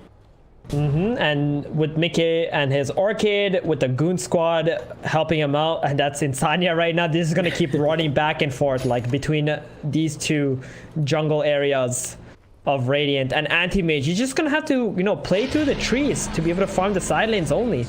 And that's not a lot of farm for Anti-Mage. He needs these jungle camps. Yeah. They want to get him. Mickey's leading the charge as well with that silence. Can they find him in the trees? That is a question. The remnant. Oh, Almost. Oh god, that's close. Almost. He's okay, right? Mid lane, Boxy. He's getting jumped He again. walked into it. Jesus. Okay, mid lane. Yeah, Boxy. Well, he's getting spells thrown at him, and he is gonna fall here. It looks like. See you later, man. Gets caught out by the side of 5 men. So again, just clearing out a little bit of space for themselves and making somewhere for Ace to farm. Is He's going for that Sanjin Yasha. Gonna go for that full SNY build. Break it up later on. Meanwhile, Highlight. Oh, okay. That was a hero there, I think. Meanwhile, oh, that shackle. That is beautiful. Is there any follow-up though? Mickey has already done most of the spells here, trying to get some damage out onto the Mars, but Mars, he's a big boy. Might not have that much fun, but still is the god of war. But the shackle once again connecting from Estonia. He is pretty damn good at these, and they're going to be able to chop down Zibe as well. Meanwhile, Chessie and Misery, they'll just hang back by their tier 2, unable to really respond to what Liquid are doing here. That's what I mean. They're just gonna keep running back and forth here, and any hero that comes in their way is pretty much dead meat. Oh man, poor Palai die. No armor, just arcane boots. Just died in like half a second. I think Koikva can just like two-shot him at this point in the game. Stay away, little Pylai die with your 3 armor, I think. No, it is 6 armor, but the mech makes it 3. Yeah, makes it 6. Jesus. Stay near him, stay near him. Meanwhile, TA, maybe in some... Oh, she's still gonna blink. Oh my god. Goodbye. I die. Oh my god, it's comical how quickly he's dying. Dead too. Well, Chessie, he wants to get out, but that's not gonna happen again. They get him with the power shot from the sidelines, and the spear misses completely. Liquid, they'll just sit inside that little arena, waiting for it to end, and now they're looking towards Misery. The damage is in from Koikva. He is claiming heroes left, right, and center. Whoever he wants, he shall claim. Man, this is looking real awkward for 5 men. Meanwhile, Ace, he's just trying to farm up the top as fast as he little can. Unfortunately, that's not very fast at all. Not with the space he's got right now. Well then. Anti-Mage, 9.4k net worth, not even that. I mean, he's like 1,000 gold off the Manta. Okay, alright, but he still needs like a Halberd before he can fight. You need Halberd against Templar Assassin, and I think that's what Underlord probably should have went for this game. Really, realistically speaking, like this Guardian Greaves is not going to be doing a whole lot. Taiga though, getting caught out here by that blink. Yep, that's a cute kill in the top lane from the side of 5 men. Again, just kind of clearing out where this anti-mage needs to farm, getting these solo kills here and there, the singular pickoffs, and trying to just secure Ace's game where they can, but it's a tall asking. Now this Ajax turns up, and that alone Chessie! Oh lord! Oh no! And Quakeber is just tearing everyone up this game. I mean, it's Quakeber and Mickey as well. I'm not giving Mickey enough credit here. His Astral Steps are slapping pretty hard as well. Definitely. I mean, Mickey has been playing an amazing position 1 Void this game. I mean, TA is a position 1 this game, actually, and Void is a position 2.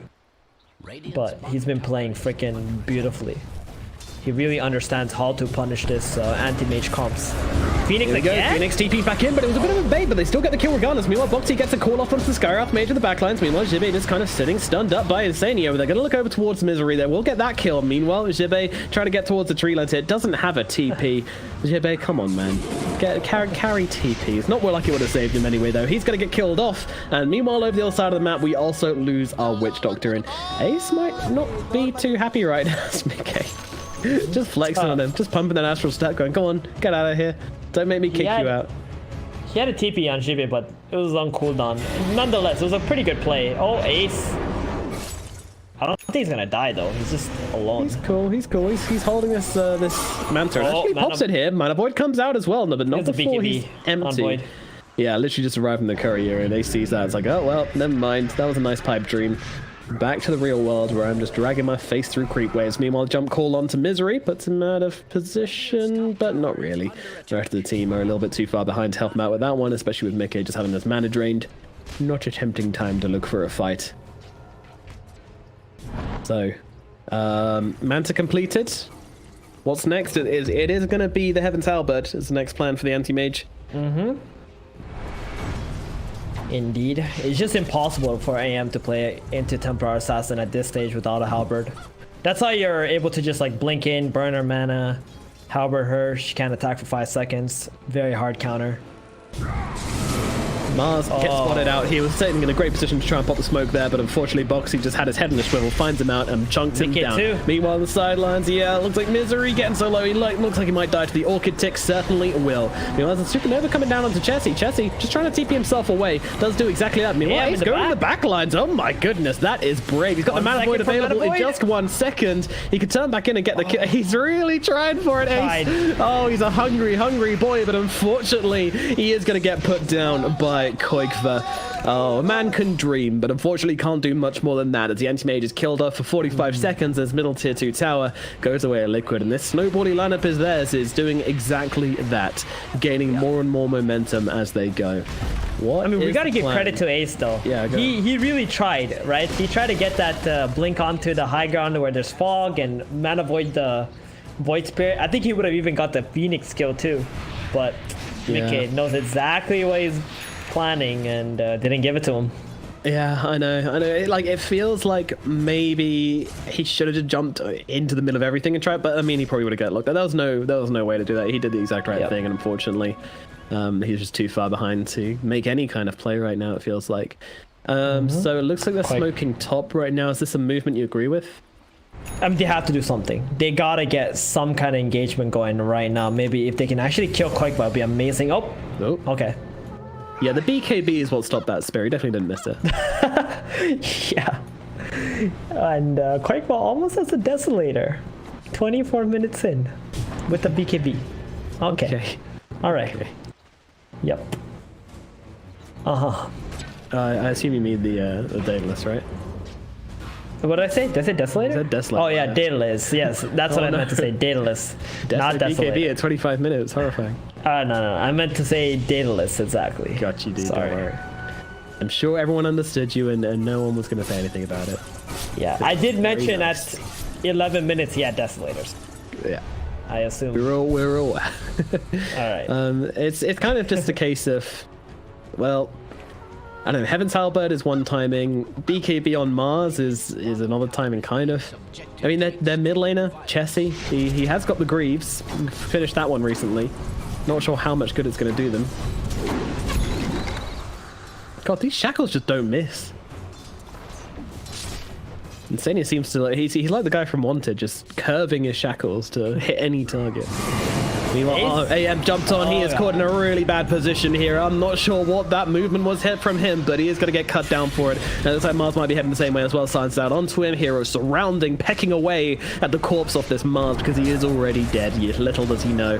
Tries to turn around and get a cheeky little kill onto the Phoenix, but that's not going to be nearly enough damage to kill off this Mr. Tiger. Roshan will be up in 1 minute 10. They can wait for that. They can keep putting pressure. They can take top lane tower. Their options really are open, and I feel like they can get away with anything. Are you one of those people who love watching anti-mage lose games? What? Misery just ult the creep wave? He did. That doesn't work. Ult the creep wave. Okay. Creeps don't get hurt by Mystic Flare. Probably just misclick. Anyway, do you like watching anti-mage lose games? Is it fun for you? Definitely misclick.